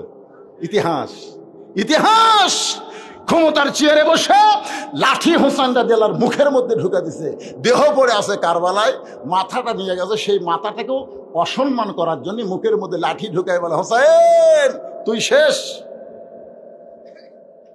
জিদ করে নানার ইসলাম প্রতিষ্ঠা করবি, আজকে ইয়াজিদ আমি বহাল তবিয়তে, তুই শেষ হয়ে গেছিস। ইয়াজিদের সামনে যতগুলো মুসলমান ছিল সবাই মাথা নিচু করে বসে আছে, কারণ লোকমা দিলি তাকে শেষ করে দিবে। একজনও মাথা তোলে না। আবু সাইদ চিন্তা করে, কেউ তখন মাথা তুলতিছে না। সবাই যখন বাতিলের ভয়ে আল্লাহর ভয় ভুলেই গেছে, ঠিক ওই সময় শুধু মাথাই তুললেন না, দুই হাত প্রসারিত করলেন, মার মার। এরকম জুলুমের অন্ধকারে বেঁচে থাকার কোনো লাভ নাই। ইমানের সাথে জীবন দিয়া আল্লাহর নূরানি ইমানের আলোতে আমি যাবার চাই। ধরে কোন কথা ঠিক? আবু সাইদের দেখানো পথে 1500 ছাত্র জনতা জীবন দিল। এত বছর আমাদের এত দল ছিলাম, স্বৈরাচারের কিছুই করতে পারি নাই। আল্লাহ কয় রক্ত বলেছে জমিনে, অস্ত্রের ভয় দেখেও আমার ইমানদারেরা আর লড়বে না। একজন পুলিশের আইজিপি স্বরাষ্ট্রমন্ত্রীকে বলতেছে, কি করব স্যার? সমানে গুলি করবে। লাভ নেই, লাভ নাই তো। গুলি করি, যেটা মরে ওই জায়গা ফাঁকা হলে আর একজন দাঁড়াই, কেউ বাবারে মারল রে এই কথা বলে কেউ পালায় না। তাহলে আমরা কি করব? যখন বুঝতে পেরেছে বাতিলের সঙ্গে আপোষ করে বাঁচার চাইতে ইমানের সাথে জীবন দেওয়া অনেক ভালো। ধরে কোন কথা ঠিক? সবাই মাথা নিচু করে আছে ইয়াজিদের কাছে। আপনারা বলেন, আসরের ফরজ নামাজ কয় রাকাত? 3 রাকাতে যদি কেউ বসা লাগবে 2 রাকাতে, না হয় 4 রাকাতে, কিন্তু বসে গেছে 3 রাকাত। এখন আপনারা যদি মনে করেন ইমাম সাহেব টাইটেল পাস, দাওরা পাস, এতদিন 4 রাকাত পড়াছে, আজকে 3 রাকাত পড়াছে, আমরাও পড়বো। আপনার এখন নামাজ হবে? জোরে কান নামাজ হবে। সবাই যখন বসে আছে, শেষ কাতারে একজন মুসল্লি ভ্যান চলায়, অটো ভ্যান চলায়, ওই এখন বলছে আল্লাহু আকবার, আল্লাহু আকবার, মানে লোকমা দিছে। 3 রাকাতে বসা যাবি না তো। হুজুর আপনি বসলেন কেন? আল্লাহু আকবার, দাঁড়ান। ইমাম সাহেব বলতেছে মনে মনে যে আমি স্বৈরাচারী হচ্ছি, ভোট ছাড়াই ক্ষমতা থাকবার চাই। ধরে কোন কথা ঠিক কিনা? ওই আল্লাহু আকবার শব্দ শুনে সব মুসল্লি খারাপ হয়েছে, কিন্তু ইমাম দাঁড়ায় না। এখন আপনাদের কাছে আমার মন জানতে চায়, সমস্ত মুসল্লি কি ইমামের পক্ষে থাকবে না ভ্যানালার পক্ষে যাবে? কেন যাবে? কারণ ভ্যানালা যেটা করতেছে সেটা নিজের কাজ না। নেতা ভুল করলে তাকে লোকমা দিয়ে সাইজ করা হলো ইমানের দায়িত্ব। ধরে কোন ঠিক কিনা? কিন্তু কেউ সাইজ করে না, সবাই মাথা নিচু করে। তার মানে বোঝা গেল ইয়াজিদ যা করবে তাই, বাধা দেওয়ার কেউ। এমন সময় 80 বছর একজন বুড়া সাহাবী, 80 বছর একজন বৃদ্ধ মাজায় লাঠি ভর দিয়ে দাঁড়ায় গেছে। লাঠি ভর দিয়ে দাঁড়ায় বলতেছে, ইয়াজিদ তুমি যার মুখের মধ্যে লাঠি ঢুকাইছো তারে তুমি চিনো? সুবহানাল্লাহ বলে। ইয়াজিদ যার মুখে লাঠি ঢুকায় তুমি তিরস্কার করতেছো, তাকে তুমি চিনো? যদি তুমি চিনতে পারো তাহলে এরকম বেয়াদবি কথা তুমি বলতা না। আজকে যে আলেমদেরকে তুমি ইয়াজিদের মতন স্বৈরাচারী হয়ে বিনা অপরাধে জেলখানায় ঢুকাইছো, অনেক আল্লাহর কোরআনের নেতাদেরকে বিনা অপরাধে তুমি ফাঁসির মঞ্চে নিয়ে গেছো। ধরে কোন কথা ঠিক কিনা? তুমি কি তাদের চিনো? চিনো না। একই অবস্থা। ওই বুড়ো সাহাবীর নাম হলো আনাস ইবনে মালিক। জোরে বলেন বুড়াটার নাম কি? আনাস ইবনে মালিক। ঠিক মতো দাঁড়াবার পারে না, লাঠি ভর দিয়ে দাঁড়ায় বলতেছে, ইয়াজিদ, তুমি যার মুখে লাঠি দিয়ে তিরস্কার করতেছ তারে কি তুমি চিনো? চিনো? আমি একাধারে 10 বছর আল্লাহর নবীর খাদেম ছিলাম। সুবহানাল্লাহ বলেন। ওই বুড়া সাহাবী বলতেছে, আমি একাধারে 10 বছর আল্লাহর নবীর খেদমত করেছি। নবী ফরজ নামাজগুলো মসজিদে জামাতের সঙ্গে আদায় করতেন, নিজে ইমামতি করতেন, আর সুন্নত নফলগুলো আল্লাহর নবী বাড়িতে পড়ায় পছন্দ করতে। ফরজগুলো নবী কোথায় পড়তেন? জোরে বলেন কোথায়? মসজিদে। আর সুন্নত নফলগুলো বাড়িতে পড়তেন। আল্লাহ রাসূল বলেছেন, বাড়িকে তোমরা ভূতের বাড়ি বানায়ো না। বাড়িকে মাঝে মধ্যে নামাজ পড়া দরকার আছে না? কোন নামাজ? ফরজ। আনাস ইবনে মালিক বলে, আল্লাহর নবী বাড়িতে নফল নামাজের নিয়ত করলেন।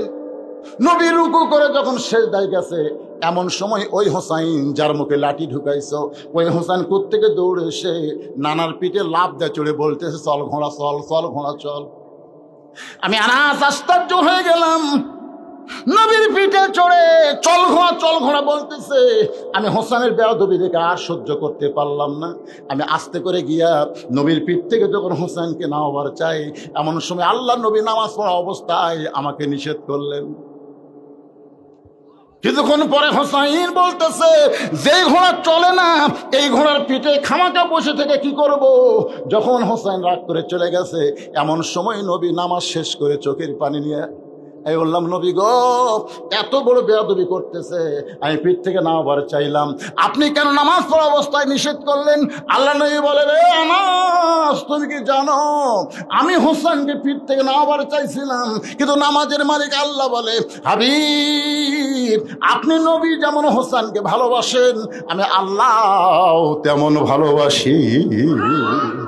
আপনার ঘোড়া বানায় খেলতেছে, আমি আল্লাহর বড় ভালো লাগতেছে। যতক্ষণ আপনার পিঠে বসে থাকবে, আপনি সেজদা থেকে মাথা উঠাবেন না। ইয়াজিদ, নবীরে ঘোড়া বানাইলে আল্লাহর ভালো লাগে, আর তার মুখে তুমি লাঠি ঢুকায় বলতেছো তুমি শেষ, তুমি শেষ। আল্লাহর নবী মসজিদ নববীর মধ্যে ওয়াজ করতেছেন। মসজিদ নববী, এই যুবকেরা, মেসি নেইমারের ভক্ত হস? হ্যাঁ, মেসি নেইমার রাত 3টা পর্যন্ত আর্জেন্টিনার খেলা দেখে ফজর আজান শুনে ঘুমায় যায়। এরা মুসলমান। 3টা পর্যন্ত কার খেলা দেখে? মেসির খেলা দেখে। কোন দিক দিয়ে গোল দেয়, পরের দিন ওটাই আর কি টক শো। আর 3টার সময় সালাতো, 3টার সময় ঘুমায় যায়, আর সালাতো খায়ুর নাম শোনার পরে চেতন পায় না। ও কি মুসলমান? কথা বলেন, মুসলমান? লা সালাতা লা দীনা, যার নামাজ নাই তার কোনো ধর্ম নাই। বাইনাল আবদি ওয়াল কুফরি তরকুস সালাত, বান্দার কাফেরের মধ্যে পৃথক করার জিনিস তার নামই হলো নামাজ। এখন আপনারা বলেন, হুজুর যৌবনকালে পড়তেছে না, বুড়া বয়সে পড়বে? ঘুষের চাকরি যতদিন করতো ততদিন তওবা করেনি। যেই চাকরি গেছে তখন আল্লাহর কাছে বলতেছে, আল্লাহ আজ থেকে আমি আর ঘুষ খাবো না, আল্লাহ আমি আর ঘুষ খাবো না। আল্লাহকে ইয়ার কি মারিস? যতদিন তোর ঘুষের চাকরি ছিল ততদিন তুই তওবা করিসনি, চাকরি গেছে আর তওবা করতেছিস। বুড়া বয়সে কাঁদতেছে আর বলতেছে, আল্লাহ আমি আর চুরি করব না, আমি আর চুরি করব না। আল্লাহ বলতে, তুই চুরি করে পারবো? সারা জীবন যৌবন শয়তানের দিয়ে বুড়া বয়সে শালা সিয়াল্লে মসজিদে গেছে। এরকম কিছু বুড়া আছে না নাই? কথা কন না কেন? হ্যাঁ, সারা বছর শয়তানি করেছে, এখন মসজিদে কাতার সোজা করে মুসল্লি নামাজ পড়বে, এইটাও পড়বা দিবি না, মাঝখানে এক চেয়ার বসায় দিছে। আপনারা জানেন নামাজের ভিতরে এবং বাহিরে 13টা ফরজ, তার মধ্যে একটা ফরজ হলো দাঁড়িয়ে নামাজ পড়া। ধরে কোন কথা ঠিক কিনা? তুমি কত বড় মরদ হয়ে গেছো, চেয়ার নিয়ে আল্লাহর সামনে বসেছো। এই জন্য আমার ওয়াজে আছে, কোনো মসজিদে কোনো চেয়ার থাকলে ওই চেয়ার কেউ যদি ভাঙবার পারে, একটা ওমরা হজের সওয়াব আল্লাহ তাকে দান করে দিবে। মান সাল্লাল্লাহু তাআলা আশ-শাহাদাতা বিসিদকিন বাল্লাগাহুল্লাহু মানাজিলা শুহাদা ওয়া মাতা আলা ফিরাশিহি রাওয়াহুল বুখারী কিতাবুল মাগাজি। জোরে বলেন মারহাবা। কি আপনাদের মসজিদে চেয়ার আছে? থাকলেই বুঝবেন কাতার শেষ। আল্লাহর বান্দার একটু মনোযোগ দিয়ে শুনবেন। নবী আমার সাহাবীদেরকে নিয়ে আলোচনা করতেছে। আনাস বলে, ইয়াজিদ, যার মুখে তুমি লাঠি ঢুকাইছো তাকে তুমি চিনো? সাইয়্যিদুশ শাবাবি আহলিল জান্নাহ, জান্নাতি যুবকদের সর্দার হবে দুইজন, একটা হলো হাসান আর একটা হলো হুসাইন। যুবকেরা একটু মনোযোগ দিয়ে শোনো। হাজার হাজার সাহাবী নবীর ওয়াজ শুনতেছে। সমস্ত সাহাবী যখন ওয়াজ শোনে তখন নবী ব্যাকুল হয়ে গেছে, কথা বলতেছে। এমন সময় কোত্থেকে হোসাইন দৌড়ে এসে মসজিদ নববীর মধ্যে ঢুকিয়ে বলতেছে, না না, অনেক সময় সাহাবীদেরকে দিছ, আর সাহাবীকে সময় দেওয়া যাবে না, এখন হব না না, আর আমি মাঝখানে অন্য কেউ থাকা চলবে। এমন সময় আবু বকর বলে, হুযায়ফা, এত দামি কথা নবী বলতেছে, এখন যদি হোসাইন নবীর ওয়াজটা বন্ধ করে দেয়, দামি কথা দেখে কিন্তু আমরা বঞ্চিত হব। কারণ নবী যেগুলো কথা বলে এগুলা নবী বলে না, এগুলা কে বলা হয়? মা ইয়ান্তিকু আনিল হাওয়া ইন হুয়া ইল্লা ওয়াহয়ুন ইউহা। আল্লাহু আকবার। আমি কি কোরআনে আয়াত তেলাওয়াত করলাম না? হ্যাঁ, তা আপনার কিছুই দেখুন না। একটু মনোযোগ দিবেন। হুযায়ফাতুল ইয়ামিন দৌড়ে গিয়া হোসেনকে কোলের মধ্যে নিয়ে বলতেছে, বাবু, এখন তোমার নানা দামি দামি কথা বলতেছে, সেই কথা সাহাবীরা পাগলের মতো শুনতেছে, এখন তুমি নানার কাছে যাইও না।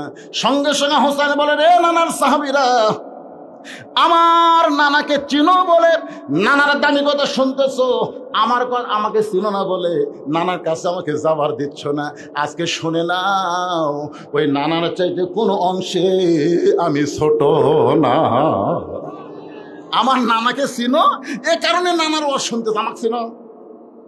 আমাকে চিনো না বলে নানার কাছে আমাকে যাবার দিচ্ছে না। আজকে শুনে নাও, ওই নানার চাইতে আমি নাতি কোনো অংশে ছোট না। যেই কথা ছোট না, হযরত আলী মারছে দৌড়। কি রে, কার সাথে কার তুলনা রে? হ্যাঁ, কুটি কি, যাকে আল্লাহ বলেছে ওরা ফায়না লাকা যিকরাক, সে নবীর সঙ্গে আমার ছোট্ট হোসাইন তুলনা করে কাম তো সারছে। দৌড়ে হুযায়ফার কোল থেকে কাড়িয়ে নিয়ে মুখে একটা ঠাসি মারছে। এই পাগল, কার সাথে তুলনা করিস? মুখ থেকে যখন হাতটা টান দেয়, এমন সময় হোসেন বলে, রে নবীর সাহাবীরা, আগে একজন সাহাবীর কোল থেকে বলেছি নানার চাইতে কোনো অংশ আমি ছোট না, এখন বাবার কোল থেকে বলতেছি ওই নানার চাইতে আমি হোসেন অনেক বড়, কিন্তু আমারে তোমরা চিনো না। যেই কয়েছে অনেক বড়, সঙ্গে সঙ্গে ওমর ফারুক বলে, আলী, এত বড় বেয়াদবি আর সহ্য করতে পারি না, তোমার সন্তানকে তুমি সামাল দাও। আলী যখন হোসেনকে নিয়ে বাড়ির দিকে যাবার চায়, এমন সময় ইয়াতীম নবী আমার দাঁড়িয়ে বললেন, আলী রে, আমার কাছ থেকে আমার কলিজারে তুই আলাদা করিস না। যেই বলেছে আলী রে, আমার কাছ থেকে আমার কলিজারে তুই আলাদা করিস না, সঙ্গে সঙ্গে আলী যখন হোসেনকে ছাইড়া দেয়, হোসেন রক্ত মাখা মুখ নিয়ে এক দৌড়ে নানার কাছে এসে নানার গালে মুখে চুমা খাইয়ে বলে, নানা, আপনাকে ছাড়া আমি বাঁচবো না।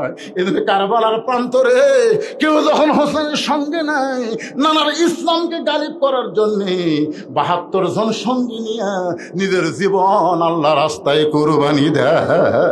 নানা, নানা, আপনাকে আমি আমার জীবনের চাইতে ভালোবাসি নানা। নানা, অনেক সময় হলো আপনাকে পাচ্ছি না, তাই রাগ করে বলেছি নানার চাইতে কোন অংশে ছোট না।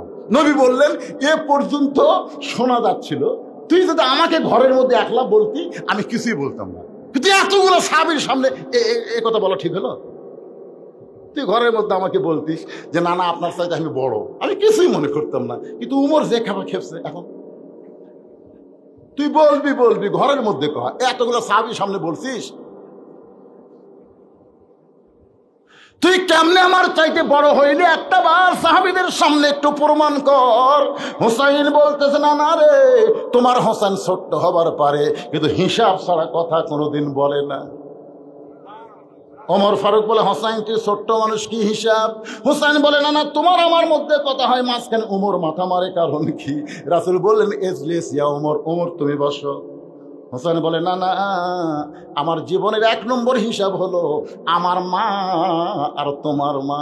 বলো না না, বলো, এই 2 জনের মধ্যে কার মা বড়? গভীর রাত্রে হযরত আলীকে বুকের মধ্যে নিয়ে ফাতেমা কাঁদতেছে। আলী বলে, ফাতেমা কান্দার কারণ কি? বলে, আল্লাহ পাক আমার দোয়া কবুল করেছে। আলী মুস্কি মুস্কি হাসি আর বলে, ফাতেমা, দোয়া কবুল হলে মানুষ আনন্দ করে, তুমি কান্দো কেন? বলে, স্বামী কি দোয়া করছে আপনি কি শুনবেন না? আলী বলে, কি দোয়া কবুল করছে আল্লাহ? বলে, আল্লাহ যেন আমাকে পর্দার মধ্যে মৃত্যু দেয়, এই পর্দার মধ্যে মৃত্যু হবে, এই দোয়া আল্লাহ কবুল করেছে। আলী হাসতেছে আর বলতেছে, পাগলি রে, সারা জীবন যে পর্দার মধ্যে থাকলো তাকে তো আল্লাহ পর্দার মধ্যেই মৃত্যু দিবে। ফাতেমা বলে, স্বামী, আমার মৃত্যু কখন হবে এইটা কি আপনি জানবেন না? আলী বলে, ফাতেমা, মৃত্যুর কথা কেউ কোনোদিন জানে না। ফাতেমা বলে, স্বামী, আল্লাহ পাক আমাকে জানাইছে আজকে গভীর রাত্রে ফাতেমার মৃত্যু হবে। গাছের গোড়া কাটলে গাছটা যেমন ঠাস করে পড়ে যায়, হযরত আলী পড়ে গেলেন তেমনি ঘরের মাঝায়। মা ফাতেমা মুস্কি মুস্কি হেসে স্বামীর মাথাটা উরাতের উপরে নিয়ে কপালে একটা চুম্বন দিয়া খান্দের বলে, স্বামী গো, এমন করে আপনি কাঁদবেন না, কারণ দুনিয়া থাকার জায়গা না, আসলে যাইতে হবে। এই দুনিয়া থাকার জায়গা, কথা কন না কেন, থাকার জায়গা। ওরে বাবা, কি দেখতেছেন? 6 তলার ভিত দিছি ভাই, 5 তলা হচ্ছে, এখনো 1 তলা রড বেড়ে আছে। 2 কান্দে 2 ফেরেশতা, শয়তান উপর দিকে না তাকা, নিচের দিকে তাকা, নিচের দিকে তাকা। তুই যতই বিল্ডিং 6 তলা 7 তলা বানা, তোর ঠিকানা 5 তলায় হবে না, তোর জায়গা হবে নিচতলায়। জোরে বলেন কথা ঠিক? নিচতলা মানে কি? কথা কয় না, একটু মনোযোগ দিয়ে শুনবেন।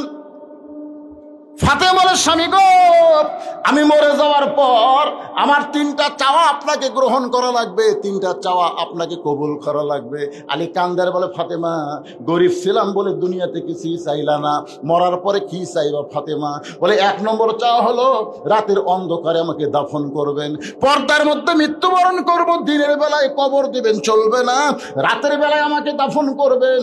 আমার 2 নম্বর চাওয়া হলো আমার কোনো জানাজার ব্যবস্থা করবেন না।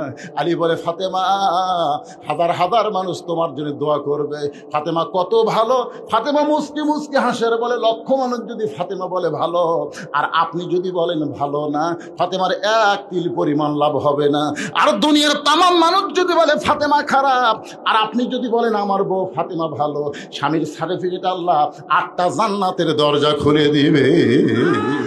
ওগো স্বামী, আমার 3 নম্বর চাওয়া হলো আমার লাশটা খাটনিতে তুলবেন না, কারণ একজন মেয়ের পর্দা কবর দেওয়া পর্যন্ত, মাটি দেওয়া পর্যন্ত, লাশটা খাটনিতে যখন তুলবেন 4 জন পুরুষ মানুষ ফাতেমার লাশ কাঁধে নিবে। এমন পুরুষ আমি ফাতেমা খুঁজে পাইলাম না। আমার বাবা যদি দুনিয়াতে থাকতো, মরা মেয়ের লাশের খাটনি বাবা কাঁধে নিবার পারত, কিন্তু 6 মাস আগে আমার বাবা আমাকে ছেড়ে চলে গেছে। আমার হাসান হোসেন এত ছোট, মায়ের খাটনি কাঁধে নিবার পারবে না, তাই বাধ্য হয়ে আপনি একা জান্নাতুল বাকির পূর্ব কোণায় সবুজ রঙের একটা বাতি জ্বলতেছে, ওই বাতি বরাবর আমাকে দাফন করে দিবে। বাজান রে, একটু মনোযোগ দিবেন। আপনি যদি আমার কবর খুঁড়তে না পারেন, আপনার বন্ধু কেউ থাকলে তারে বলবেন কবর খুঁড়ে দিতে। আলীর বন্ধু আবু যর গিফারি কবর খুঁড়তে খুঁড়তে কবর থেকে যখন পালায় যায়, ফাতেমার লাশটা কবরে নিয়ে গিয়ে দাফন করার পরে আলী মাটি দিয়ে আল্লাহর কাছে বলতেছে, আল্লাহ, আমার ফাতেমা রে তুমি কবুল করে নাও। এই দোয়া করার পরে হযরত আলী তাকায় দেখে সামনে ৫-৬টা পুরাতন কবর দেখা যায়। এই মাত্র ফাতেমার কবর দিল, সেই নতুন কবর আর দেখার উপায় নাই। গোটা জান্নাতুল বাকি দৌড়ায় আর বলে, ফাতেমার কবর, আমার ফাতেমার কবর নিজের হাতে দিলাম, সেই কবর কোন জায়গায়? আমার ফাতেমার কবর আর কেন খুঁজে পাই না? কে যেন বলে, আলী। ফাতেমা পর্দানিশী, আমি আল্লাহ জোহরা ডিগ্রি দিয়া ফাতেমার কবরটাকে কিয়ামত পর্যন্ত পর্দা করে দিয়েছি। নবী কান্দের বলে, হোসেন রে, আমার মা আমিনা জান্নাত পাবে কি পাবে না সেই গ্যারান্টি আমি দিবার পারবো না। আর হোসেনের মা ফাতেমা শুধু জান্নাত পাবে না, জান্নাতি নারীদের নেত্রী হবে। আমার মায়ের চাইতে হোসেনের মা ফাতেমা আল্লাহর কাছে কোটি কোটি গুণ বড়। হোসেন বলে, না না, আচ্ছা ঠিক আছে, মায়ের দিক দিয়ে তো আমি বড় হলাম, তো বাপের দিক দিয়ে? নবী চমকে উঠছে যে এইরকম হিসাব আমার কাছে কেউ চাবে, নবী কল্পনাই করেনি। সোনাল বলেন না কেন, এটা কি জাতা হিসাব? এখন বলেন কার বাপ বড়, আমার বাপ বড় না আপনার বাপ বড়? আপনারা বলেন তো, আল্লাহ নবীর বাপের নাম কি? আব্দুল্লাহ। জোরে বলেন, নাম কি? জান্নাত পাওয়ার কোনো গ্যারান্টি। আর হোসেনের বাপের নাম কি? জান্নাত পাওয়ার গ্যারান্টি কে দিছে? আরো জোরে। এই দুনিয়াতে সমস্ত সাহাবীরাই জান্নাত যাবে, কোন সাহাবীরা জাহান্নামী হবে এইটা বলার শক্তি আমাদের নাই। রাদিয়াল্লাহু আনহুম ওয়া রাদু আন যালিকা লিমান খাশিয়া রাব্বা, এই আয়াত দিয়ে প্রমাণ করে দিল যাদের নামের শেষে রাদিয়াল্লাহ দেখা থাকবে তারা বিনা হিসাবে জান্নাতি হবে। এই জন্য সাহাবী নিয়ে কোনো সমালোচনা করা যাবে, সবাই জান্নাতি। কিন্তু 10টার নাম আশারে মুবাশশারা, 10 জন, তার মধ্যে 4 নম্বরে কার নাম?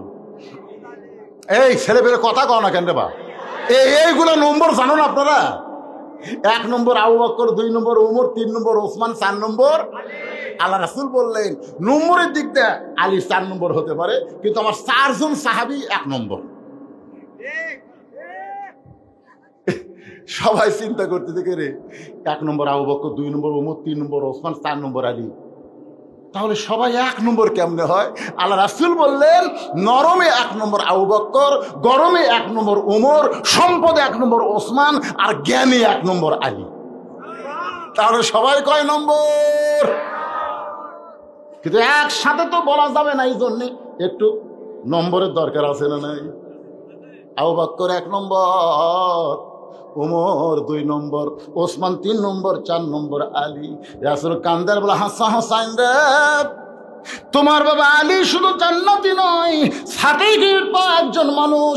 আমার বাবা আব্দুল্লাহর চাইতে তোমার বাবা আলী কোটি কোটি গুণ আল্লাহর কাছে বড়। এবার হোসাইন দৌড়ে গিয়া নানার হাত ধরে বলে, নানা এটাই আমার শেষ প্রশ্ন নানা, এখন বলো তো আমার নানা আর তোমার নানা, এই 2 নানার মধ্যে কোন নানা বড়? আমার নানা তোমার নানা, এই 2 নানার মধ্যে কোন নানা বড়? সঙ্গে সঙ্গে ওমর ফারুক দৌড়ে এসে হোসেনকে এক টানে বুকের মধ্যে নিয়ে মুখে চুমা খায় আর বলে, আলী রে, আমি উমর না হয় মূর্খ মানুষ, কিন্তু তুমি জ্ঞানী হইয়া এই মুখের উপরে এত জোরে ঠাসি কেন দিলা? আপনারা কি বলতেছেন, কি বুঝতেছেন? ওমর ফারুক বলতেছে, আলী আমি না হয় মূর্খ, কিন্তু তুমি জ্ঞানী।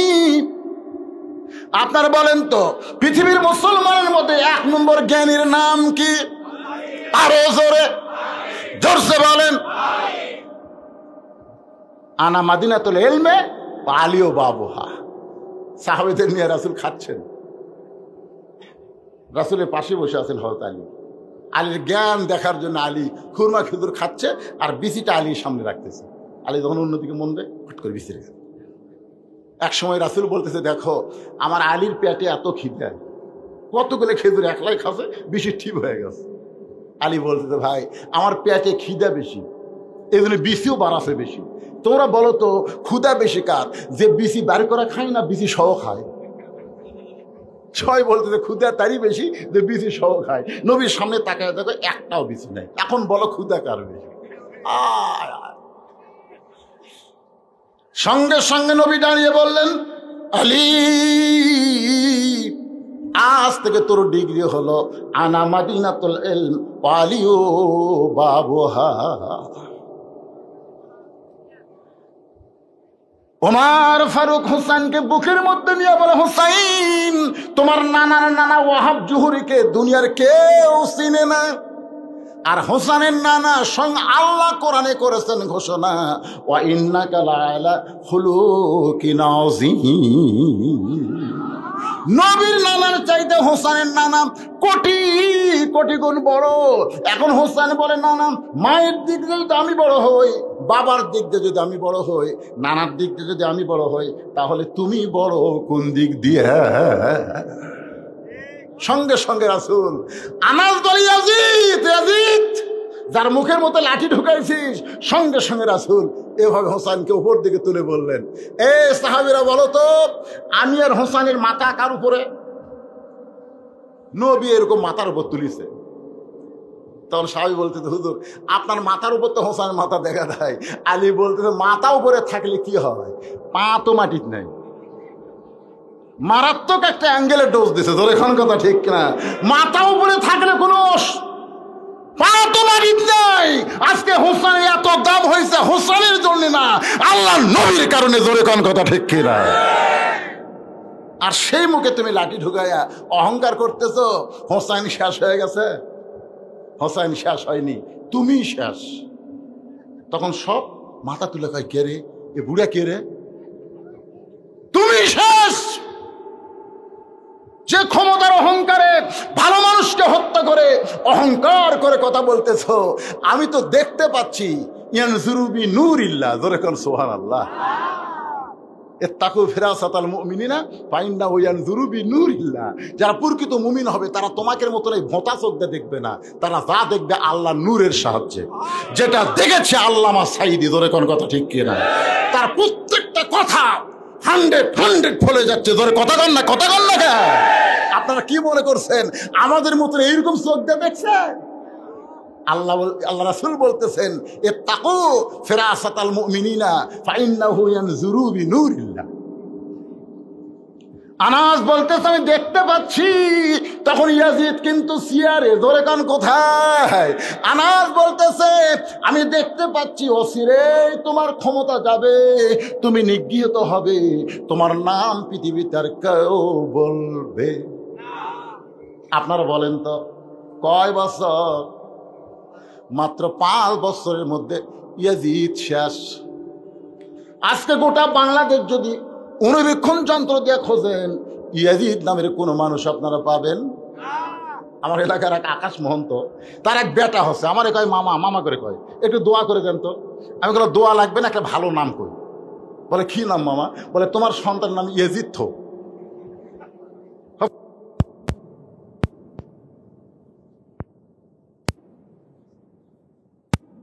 নাম রাখবো? চিন্তা করে দেখেন, ইয়াজিদ বাংলাদেশে খুঁজে পাওয়া যাবে না, প্রত্যেক পাড়ায় পাড়ায় হোসেনকে পাওয়া যাবে। জোরে কোন কথা ঠিক? আজকে নতুন করে যে মেয়েরা জন্ম নেবে, বিশ্বাস করেন 50 বছরেও হাসিনা নামে কোনো মেয়ের নাম রাখা হবে না। তাই রে, কি কষ্ট হচ্ছে আপনাকে রে? ওয়াজটা কিসের উপরে? ইন্না লিল্লাহি ওয়া ইন্না ইলাইহি রাজিউন। মুসা বলতেছে, আল্লাহ মৃত্যুকে পছন্দ করার 2 নম্বর কারণ হলো, আমার মৃত্যুটা কেবলমাত্র আপনার জন্যে। ধরে কোন কার জন্যে? আমার সামনে যারা ওয়াজ শুনতেছেন, বসা এবং দাঁড়ায়া, আপনার সকলে 2 হাত তুলে বলবেন, আমরা মরবো কার জন্যে? আরো জোরে বলেন, কার জন্যে? মাশাআল্লাহ, হাত নামান। আল্লাহর জন্য যদি মরার ব্রেন চিন্তা এবং ঈমান নিয়ে 2 হাত তুলবার পরে বিশ্বাস করেন, এই বাংলাদেশে আর কোনোদিন জালেম চেয়ারে বসতে পারবে না। ধরে কোন কথা ঠিক?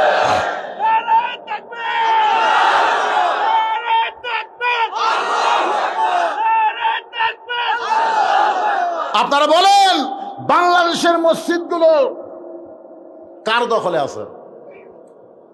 কোন জালেমের দখলে না আলেমের দখলে? কথা কন না কেন? আমার এলাকার হাফিজ সাহেব বলছে, হুজুর আজকে আমার জীবন সার্থক। আমি বললাম কেমনে ভাই? আজকে এমপি সাহেব আমার পাশে নামাজ পড়ছে হুজুর। 6 মাস হলে আমার বেতন বাকি, অসুবিধা নেই, কিন্তু এমপি হুজুর আমার পাশে। একটা লোক করলো না, এমপি আপনি সামনে যান, আপনি আমাকে নেতা সামনে যান। কারণ সমস্ত চামচারাই জানে আমাকে এমপি ঠিক মতো আল্লাহ আকবারই কবার পারে না। জোরে কোন কথা ঠিক না? কি যে বিপদে ছিলাম ভাই এই 15টা বছর। আর বিজ্ঞাপন পড়তে পড়তে কাম সারা। একটা লুচ্চা, একটা মদখোর, একটা জিনাখোরের নাম বিজ্ঞাপনের প্রথম। জোরে কোন কথা ঠিক কিনা? লুচ্চা। আমি গুরুদাসপুরে এক মাহফিলে দেখেছি, সমস্ত কথা আমার রেকর্ড হচ্ছে। নেতা মদ খাতে খাতে তেজে আইছে, মদ খাতে খাতে। কে যেন কইছে, বলেছি রাজাকার, মদ খাই যাচ্ছে তেজে। মদের গন্ধে মানুষ অস্থির, কিন্তু নেতার বিরুদ্ধে বলার শক্তি কারো নাই। কি একটা সময় চলে গেছে আমাদের বাংলাদেশে। জোরে কোন কথা ঠিক? ওই সময়কে আবার আনবেন নাকি? এই জন্যে জীবন দেবো কার জন্য? আল্লাহ বলে, মুসা মৃত্যুকে পছন্দ করার 3 নম্বর কারণ কি? 3 নম্বর কারণ অত্যন্ত গুরুত্বপূর্ণ। আমি আপনাদের সামনে বলবো, ইন্না লিল্লাহর তাফসীর পুরাপুরি হয়ে যাবে। কারা কারা শুনবেন আল্লাহকে একটু হাত দেখান। লিল্লাহে তাকবীর। আমি ইচ্ছা করলে ওয়াজ টানতে টানতে 1টা পর্যন্ত নিয়ে যাবার পারবো, কিন্তু লাভটা কিছু নাই। কারণ যদি কোনো কারণে ফজরের নামাজটা কাজা হয়ে যায়, এজন্য কোরআনের পাখি আল্লামা সাইদি হুজুর কোনোদিন 12টা পর্যন্ত ওয়াজ করে নাই। তিনি উঠেছেন 8টার সময়, 10টার মধ্যে মোনাজাত হয়ে যেত। ধরে কোন ঠিক কিনা? সাইদি হুজুরের ওয়াজ শুনে, আল্লামা সাইদির ওয়াজ শুনে ফজরের নামাজ নষ্ট হয়েছে এমন কোন শ্রোতা বলতে পারবে না। কিন্তু আমাদের মতন এই তেল তেলা বক্তার ওয়াজ শুনে বাড়ি যায়, কখন মুয়াজ্জিন আজান দেয়। আমার এলাকার এক মুয়াজ্জিন ওয়াজ শুনবার গেছিল, ওয়াজ শুনে আসে এমন ঘুমাতে ভাই, আজানের সময় মুয়াজ্জিনই চেতন পাইনি। যারা ওয়াজ শুনবার যায়নি তারা সব মসজিদে গেছে। তারা মসজিদে গেছে, কে রে মুয়াজ্জিন আসেনি কেন? মানে ওরকে প্রতিদিন উঠে উঠে একটা অভ্যাস হয়ে গেছে, আজান আর লাগ না, আজান ছাড়াই আর চেতন পাই। উঠে মসজিদে যায়, দেখে মুয়াজ্জিনই নাই। কিন্তু আমরা চেতন পেলাম, মুয়াজ্জিন পাই না কেন? সব আস্তে আস্তে মুয়াজ্জিনের বাড়িতে গেছে। মুয়াজ্জিন সাহেব, মুয়াজ্জিন সাহেব। মুয়াজ্জিন বের হয়েছে করে বলতেছে, কি ভাই? বলে আজান যে হয় নাই, তো ওয়াজ শুনবার গেছিলাম। ওরা বলতেছে, আমরা যাইনি চেতন পাচ্ছি, আর তুই যাই চেতন পাসনি কি? মুসা আলাইহিস সালাম মৃত্যুকে পছন্দ করার 3 নম্বর কারণ, অত্যন্ত গুরুত্বপূর্ণ কারণ, আমাদের সকলের শুনতেই হবে। 2টা শুনেছি। 1 নম্বর কারণ হলো না মরলে জান্নাতে যাওয়া। বিশ্বাস করেন আপনারা? না মরলে জান্নাতে যাওয়া যাবে?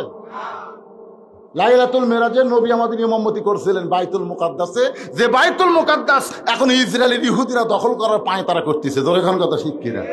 আপনার বাইতুল মুকাদ্দাস বোঝেন? যে বাইতুল মুকাদ্দাসে আমাদের নবী হয়েছিল ইমাম, আর সমস্ত নবী রাসূল হয়েছিল মুসল্লি। সেই বাইতুল মুকাদ্দাস মসজিদ হিসেবে আল্লাহ কোরআনে ঘোষণা করেছে, অথচ ইহুদির বাচ্চারা সেই বাইতুল মুকাদ্দাস দখল করতে চায়। ফিলিস্তিনের সন্তান হওয়ার পরেই মা বলে, বাইতুল মুকাদ্দাসের জন্য তোকে ছেড়ে দিলাম। আমরা কোনো সন্তান জন্ম দেই না, আমরা মুজাহিদের জন্ম দেই। ইসরায়েলি ইহুদিরা ফিলিস্তিনের শিশু বাচ্চাদের হত্যা করতেছে, তারপরও মায়েরা পিছন দিকে হয় না।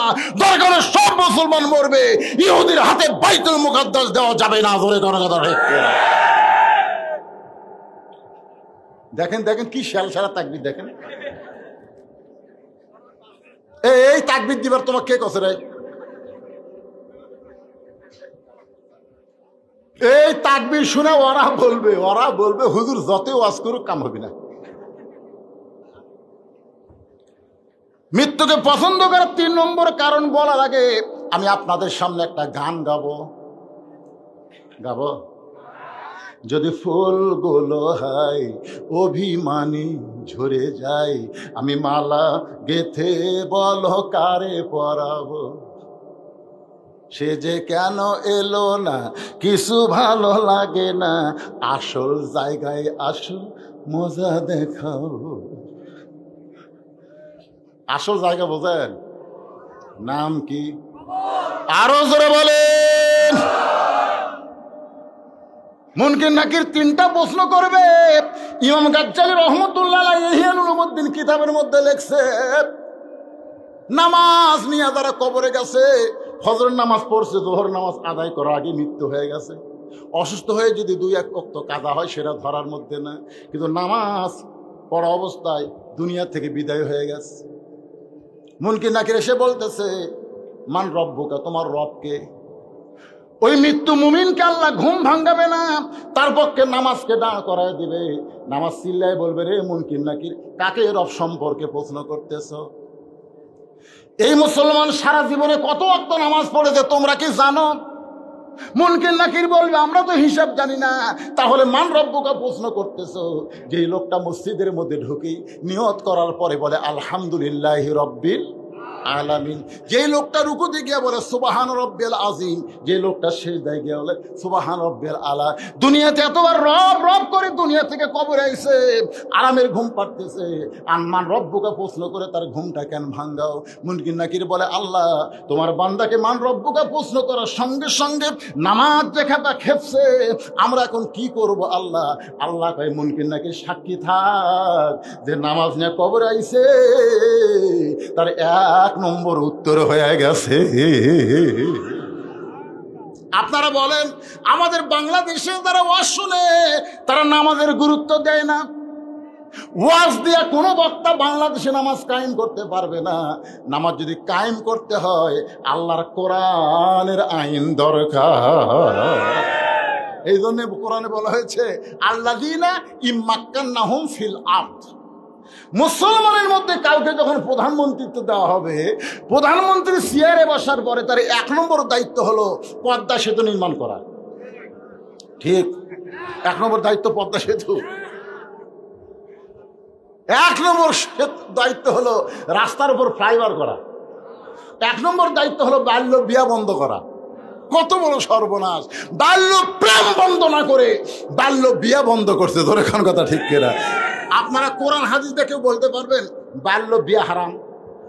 বলতে পারবেন? তাহলে এ বাংলাদেশ আইন করলো, বাল্য বিয়া বন্ধ করো, বাল্য প্রেম চালু করো। আরে বাবা, আমার এলাকার ক্লাস 5-এর এক ছেলে ক্লাস 4-এর মেয়ে খেলে বাড়ি হয়ে গেছে। 2 জনে কিছুই বোঝে না, মোবাইল চালাতে চালাতে লাইন হয়ে গেছে। আল্লাহর কোরআন দিয়ে যখন রাষ্ট্র চলবে, মাদক মুক্ত সমাজ বন্ধ করো, এইগুলো কাজ হতে পারে, তবে একটাও 1 নম্বর কাজ না। 1 নম্বর কাজ হলো আকামুস সালাত, নামাজ কায়েম করো। নামাজ যদি কায়েম হয়ে যায়, ওই ছেলেদেরকে বলা লাগবে, বাবা বাবা, তোর হাতে 4G 5G মোবাইল আছে রে, এই খবরদার অশ্লীল ভিডিও দেখিস না। এরকম ওয়াজ করে বক্তা চলে গেছে, ওরা জানলা দরজা বন্ধ করে বলতেছে, কেউ তো দেখতেছে না, এই সময় মেরে দিই। আপনারা বলেন তো, দরজা জানলা বন্ধ করলে কেউ দেখে? এই বিশ্বাস কখন হবে? ইন্নাস সালাতা তানহানিল ফাহশাই ওয়াল মুনকার। একমাত্র নামাজই পারে মানুষকে যাবতীয় অশ্লীলতা এবং ফাহিশা কাজ থেকে বিরত রাখতে। আপনারা বলেন তো, এশার নামাজ জামাতে আদায় করে ওই মুসল্লি কোনোদিন অশ্লীল ভিডিও দেখবে? কথা বল না কেন? যার কলিজার মধ্যে ফজরের নামাজ মসজিদে জামাতে আদায় করার নিয়ত আছে, সে কোনোদিন অন্যায় অপকর্ম করতে পারবে না। এজন্য বাংলাতে কোরআনের আইন যখন চালু হবে, 1 নম্বর দায়িত্ব হলো নামাজ কায়েমের বিল পাস করা লাগবে। যখন কথা ঠিক। 2 নম্বর হলো আতাউ যাকাত, যাকাত ভিত্তিক অর্থনীতি চালু করা লাগবে। আজকে আমাদের বাংলাদেশে যাকাত ভিত্তিক অর্থনীতি যখন চালু হবে, তখন কোনো গরিব মানুষ ধনীর বাড়ি যাওয়া লাগবে না, বরং ধনীরা, এই কথাটা মনোযোগ দিয়ে শোনেন, ধনীরাই গরিবের বাড়ি যাবে। কিন্তু গরিবেরা 5 ওয়াক্ত নামাজ জামাতে পড়ার কারণে ইয়াকা নাবুদু ওয়া ইয়াকা নাস্তাইন, ইবাদত করি কার? সাহায্য চাবো তার কাছে। 1 ব্যাগ টাকা নিয়ে গরিবের দরজা দিয়ে বলতেছে, ভাই আমার শতকরা 2.5 টাকা তোর। হিসাব করে 1 ব্যাগ টাকা হচ্ছে, জাকাতে টাকা লে। তখন বলতেছে, রে 5 ওয়াক্ত নামাজ পড়ি, তোর জাকাতের টাকা নেওয়ার জন্য। সুবহানাল্লাহ।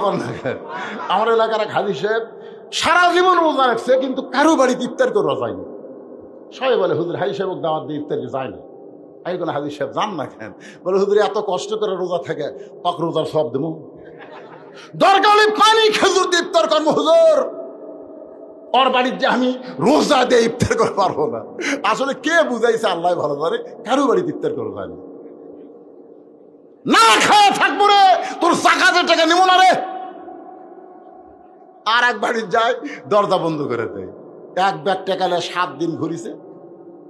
এখন ধনী কান্দার কে আল্লাহ আমার গরিব করে দাও, আমার গরিব করে দাও। কি আইন চালু হলো, আমার ঘুরতি মাজা শেষ। লোকালয়ের মধ্যে যখন গরিব পাওয়া যায় নাই, মরুভূমির মধ্যে এক ব্যাগ টাকা নিয়ে লোকটা গরিব খুঁজতেছে, হঠাৎ দেখতে পায় বস্তা মাথায় দিয়া গাছের ছায় একজন ঘুম পাড়তেছে। বিয়াগলা মনে করছে গরিব পাইছে, আসসালামু আলাইকুম। বস্তালা লাভ দেওয়া টাকা আলহামদুলিল্লাহ। বিয়াগলা কয় কে ভাই তোমারে সালাম দিলাম। ওয়ালাইকুম আসসালাম না বলে আলহামদুলিল্লাহ কেন?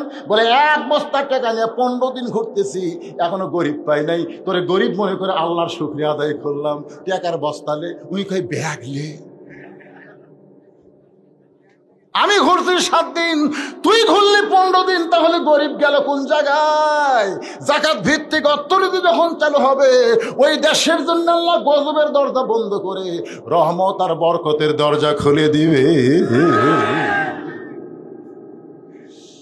লোকটা সুদ খায়, কিন্তু 2টা নবীর নাম লে বসে আছে।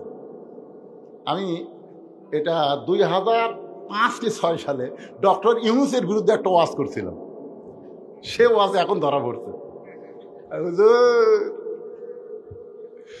আমি কোনোদিন কল্পনা করিনি যে এই ইউনূস খালি সরকার হচ্ছে। এক সাংবাদিক বলতেছে, প্রধানমন্ত্রী, সাবেক প্রধানমন্ত্রী হাসিনা কি আপনি মহাবিপদে আছেন, কোন দোয়া পড়তেছেন? হায় হায় রে, এমন এক দোয়া, বিপদের দোয়া, নামটাও ইউনূস। 2টা নবীর নাম নিয়ে বসে আছে। 2টা নবী, একটা হলো মুহাম্মদ সাল্লাল্লাহু আলাইহি সাল্লাম, আর একটা ইউনূস, মুহাম্মদ ইউনূস। ইউনূস নবীরে খাইলো মাছেতে গিলিয়া, ইউনূস নবীরে খাইলো মাছেতে গিলিয়া, ফেরেশতা পাঠাইলো আল্লাহ ইসমে আজম দিয়া, দমে দমে সে হরদম পড়ে সে ইসমে আজম। মাছের উদর হইতে আল্লাহ বাঁচাইলো প্রাণ। সবাই বলেন আল্লাহু আল্লাহু, তুমি জাল্লে জালালুহু, শেষ করা তো যাই না গে তোমার গুণগান। আল্লাহু আকবার। মুসা বলতেছে আল্লাহ মৃত্যুকে পছন্দ করে 3 নম্বর কারণ হলো মিশে মায়াই বন্দি থাইকা, মিশে মায়াই বন্দি থাইকা করলাম কত খেলা, পশ্চিমে তাকায়া দেখো তোমার ডুইবা গেছে বেলা। এই গান গাইলে গুনাহ হবে? তাহলে সবাই বলেন এক পলকের নাই ভরসা, মিশে সকল আশা, কখন বুঝি দারুণ ঝড়ে ভাঙবে তোমার বাসা। বাল তুসিরুনাল হায়াতাদ দুনিয়া ওয়াল আখিরাতু খায়রু ওয়া আবকা।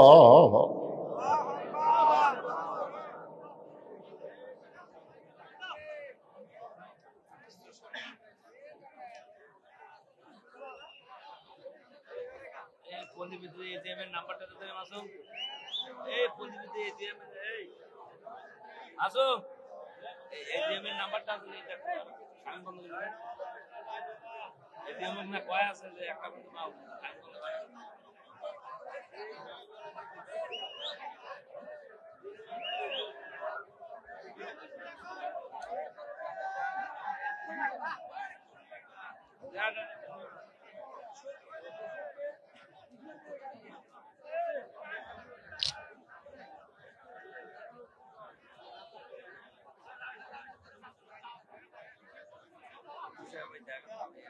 বলা আছে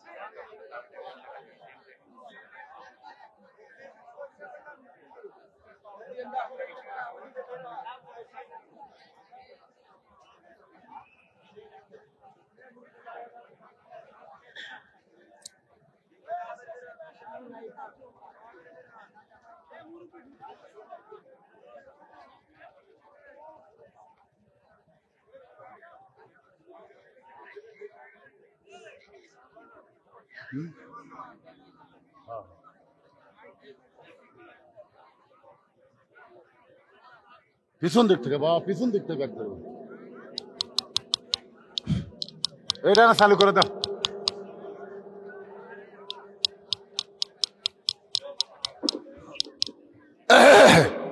কি অবস্থা! একটু অন্ধকার হয়েছে আর মজা পাইছেন, কেউ দেখতেছেন আপনার ওটা। আমার কলজা ভরে গেছে, আমি বুঝতে পারছি ফ্যান যখন বন্ধ হচ্ছে যে আপনারা কত গরমের মধ্যে চাপাচাপি করে বসে আছেন। আল্লাহ, আজকে কোরআনের তাফসীর শুনতে এসে, ইন্নালিল্লাহর তাফসীর শুনতে এসে যে শরীর ঘামে গেল, ওই শরীরের জন্য তুমি জাহান্নামের আগুন হারাম করে দাও। জোরে বলে আমিন। আল্লাহ পারে কি পারে না? আপনারা আজকে বুঝাই দিলেন অন্ধকার আমাদের পছন্দ না, আমাদের পছন্দ হলো আলো। অন্ধকার আমাদের ভালো লাগে না। আল্লাহর আলো হচ্ছে কোরআন। যেই কোরআনের আইন থাকবে আলোকিত হয়ে, জালেমের কোন আইন অন্ধকার হয়ে বাংলার জমিন আর যেন জ্বলতে না পারে। ধরে কোন কথা ঠিক কিনা? এদের স্লোগান হলো আল কোরআনের আলো। কোরআন কি? কোরআন কি? আলো। কোরআন আছে বাংলাদেশে, খালি ওয়াজ আছে, ওয়াজ। কত বড় গুরুত্ব কথা। মুসা বলতেছে আল্লাহ মৃত্যুকে পছন্দ করার 3 নম্বর কারণ হলো, এখনো কারণটা আমি বলি নাই, মজার কারণ। জোরে কান, কি কারণ? এটা শোনার পরে আপনাকে মৃত্যু নিয়ে কোনো টেনশন করা লাগবে না। মরা কোনো ফ্যাক্টর না ভাই। আপনি মনে করতেছেন হুজুর মরে গেলি শেষ, এটা নাস্তিকদের কথা, মরে গেলে শেষ। আমার আগে আমার ভাই দ্বিতীয় বক্তা সাহেব ওয়াজ করেছেন, মিনহা খালাকনাকুম অফিহা নুইদুকুম অমিনহা নুখরিজুকুম তারাতান উখরা। শোনেননি আপনারা? শোনেননি? ওয়াজটা তো শুনছেন। উনি হয়তো ব্যাখ্যা করে যাননি, কিন্তু ব্যাপারটা মুসা আলাইহিস সালামের 3 নম্বর, খুব খেয়াল করে, মৃত্যুকে পছন্দ করার 3 নম্বর কারণ। 3 নম্বর কারণ বলবো, আর এই কারণ বলার সময় আপনাদের কাছে গোরস্থান কমিটির পক্ষ থেকে ব্যাগ চলে যাবে। জীবনের শেষ দান মনে করবেন, এটাই আমার জীবনের শেষ দান। এই মনে করে ব্যাগের মধ্যে যে যা পারবেন আল্লাহর হস্তে আপনারা দিবেন। 10 পারেন, 20 পারেন, 50 পারেন, 100 পারেন, আল্লাহর হস্তে দিবেন। আমার মা বোনেরা যারা পর্দার অন্তরে আছে তাদেরকেও বলবো, মা, আল্লাহ যেন ফাতেমার সঙ্গে আপনাদেরকে জান্নাত দেয়। সেই ফাতেমা পর্দা নিশি মতো আল্লাহ কবুল করে নেয়। আপনারাও আল্লাহর হস্তে দিবেন। আসলে যাইতে হবে, বিশ্বাস করে দিবে। জীবনের শেষ দান মনে করে ওই ব্যাগ যে আপনাদের মধ্যে ঢুকছে, ব্যাগ না ঢুকছে? এই ব্যাগ কোথায় রে? একজনও দেখা যায় না। ব্যাগ আল্লাহরা কোথায় চলে গেছে? ব্যাগের আদায় শেষ। কোথায় কোথায়? একজনকেও তো দেখা যায় না ভাই। হ্যাঁ, না না, তখন এত মানুষ ছিল না, হয়তো পিছন দিকে যাক। এ ব্যাগালে ভাইরা কোথায় রে? একজনও হাত তুলে দেখায় না রে বা। এই একটা, এটি একটা, ভিতরে ঢোকেন। আর উঠে কেন? এরা উঠে কেন? যারাই উঠবে এই সময় 3 নম্বর কারণ না শোনা যারা উঠবে, প্যারালাইসিস ব্যারাম, বোঝেন? এখন আপনারা হাত তুলে বলছেন শুনবো, লিমা তাকুলু মা লা তাফালুন। কথার সাথে কাজের মিল নেই। এরা কি কথা কয় না? আপনারা কোরআন বাংলাদেশে চালু হোক, আপনারা তো চাবেন না। এমনি এমনি বক্তার তালে হাত তুলছেন নাকি? এই হাত যারা তুললেন, মুসা আলাইহিস সালামের মৃত্যুকে পছন্দ করার 3 নম্বর কারণ শুনবো, আর না শুনে আপনি চলে যাচ্ছেন। তার মানে আপনারা কি মনে করছেন সারা রাত ওয়াজ হবে? কারেন্ট চলে গেছে, সিগন্যাল দিয়েছে, কারণ যেই কারেন্ট চলে গেছে ঘড়ির দিকে দিকে কাটায় 12। তার মানে বোঝা গেল 12টার পরে তারিখ পরিবর্তন হয়। বক্তা যে তারিখে দাওয়াত নিছে ওই তারিখে ওয়াজ করবে, অন্য তারিখে কি যাবি? এই মনে করে কারেন্ট টান দিছে। কিন্তু আমি যে বেহা বক্তা, ধরে কোন কি বক্তা, বেহা বোঝেন না, এই তারিখ বোঝে না। 12টার পরে কয় তারিখ? ধরে কোন কয় তারিখ? 1 তারিখ, 31 তারিখ, ধরে বলেন কয় তারিখ? আমি তারিখ দাওয়াত দিয়েছি 30 তারিখে, 31 তারিখ হয়ে গেছে। তারপরে বলতেছি, মুসা বলতেছে আল্লাহ মৃত্যুকে পছন্দ করার কারণ হলো দুনিয়ার জীবন হলো ক্ষণস্থায়ী, আর আখেরাতের জীবন হলো চিরস্থায়ী। ভাই, আপনারা এই কথাটা গুরুত্ব দিয়ে শুনতেছেন না। আপনারা বলেন যে দুনিয়াতে আছেন, এই দুনিয়ার জীবন কি ক্ষণস্থায়ী, জোরে বলেন কি? মরার পরে যেই জীবন আল্লাহ আমাদেরকে দিবে এই জীবন কি? তা আপনাদের কাছে কোনটা ভালো লাগে, ক্ষণস্থায়ী না চিরস্থায়ী? হ্যাঁ, যে বাড়ি বানাচ্ছেন, যে আপনার চাল চলন, আপনার ক্ষণস্থায়ী জীবন ভালো লাগে না, এ কথা মুখ দিয়ে বললে হবে না, কাজে কর্মে প্রমাণ করতেছে আপনার যাওয়ার কথাই মনে নাই। জোরে কোন ঠিক? মুসা বলতেছে আল্লাহ দুনিয়ার জীবন হলো ক্ষণস্থায়ী, আখিরাত হলো চিরস্থায়ী। মৃত্যুকে পছন্দ করার কারণ হলো ক্ষণস্থায়ী জীবন থেকে চিরস্থায়ী জীবনে আমি চলে যাব। আজকে এই মাহফিলে যারা আলোচনা শুনলাম, কোন বনেরই পাখি তুমি। হ্যাঁ, মহিলাদের কাছেও ব্যাগ গেছে, আমার মা বোনের আল্লাহর হস্তে দান করবেন। মা মেয়েদের মন নরম, যাদের বাপ মা কবরে গেছে, বাপ মা রোহের মাগফিরাতে আল্লাহর হস্তে দিবেন। একজন বলতে যে হুজুর ব্যাগের কাম হয়ে গেছে। আপনারা বলেন তো, ব্যাংকে কি টাকা আপনারা একবার থন না বারবার থন? বারবার কেন থন কোন? যতবার টাকা ব্যাংকে রাখবো ততবার টাকা রাখার কারণে আমার টাকা বেড়ে যাবে। আপনি দান যত করবেন আল্লাহ আপনার নামে জান্নাতের ব্যাংকে একটা অ্যাকাউন্ট খুলে দেবে, যত দিবেন ওই অ্যাকাউন্টে আল্লাহ দিয়ে দিবে।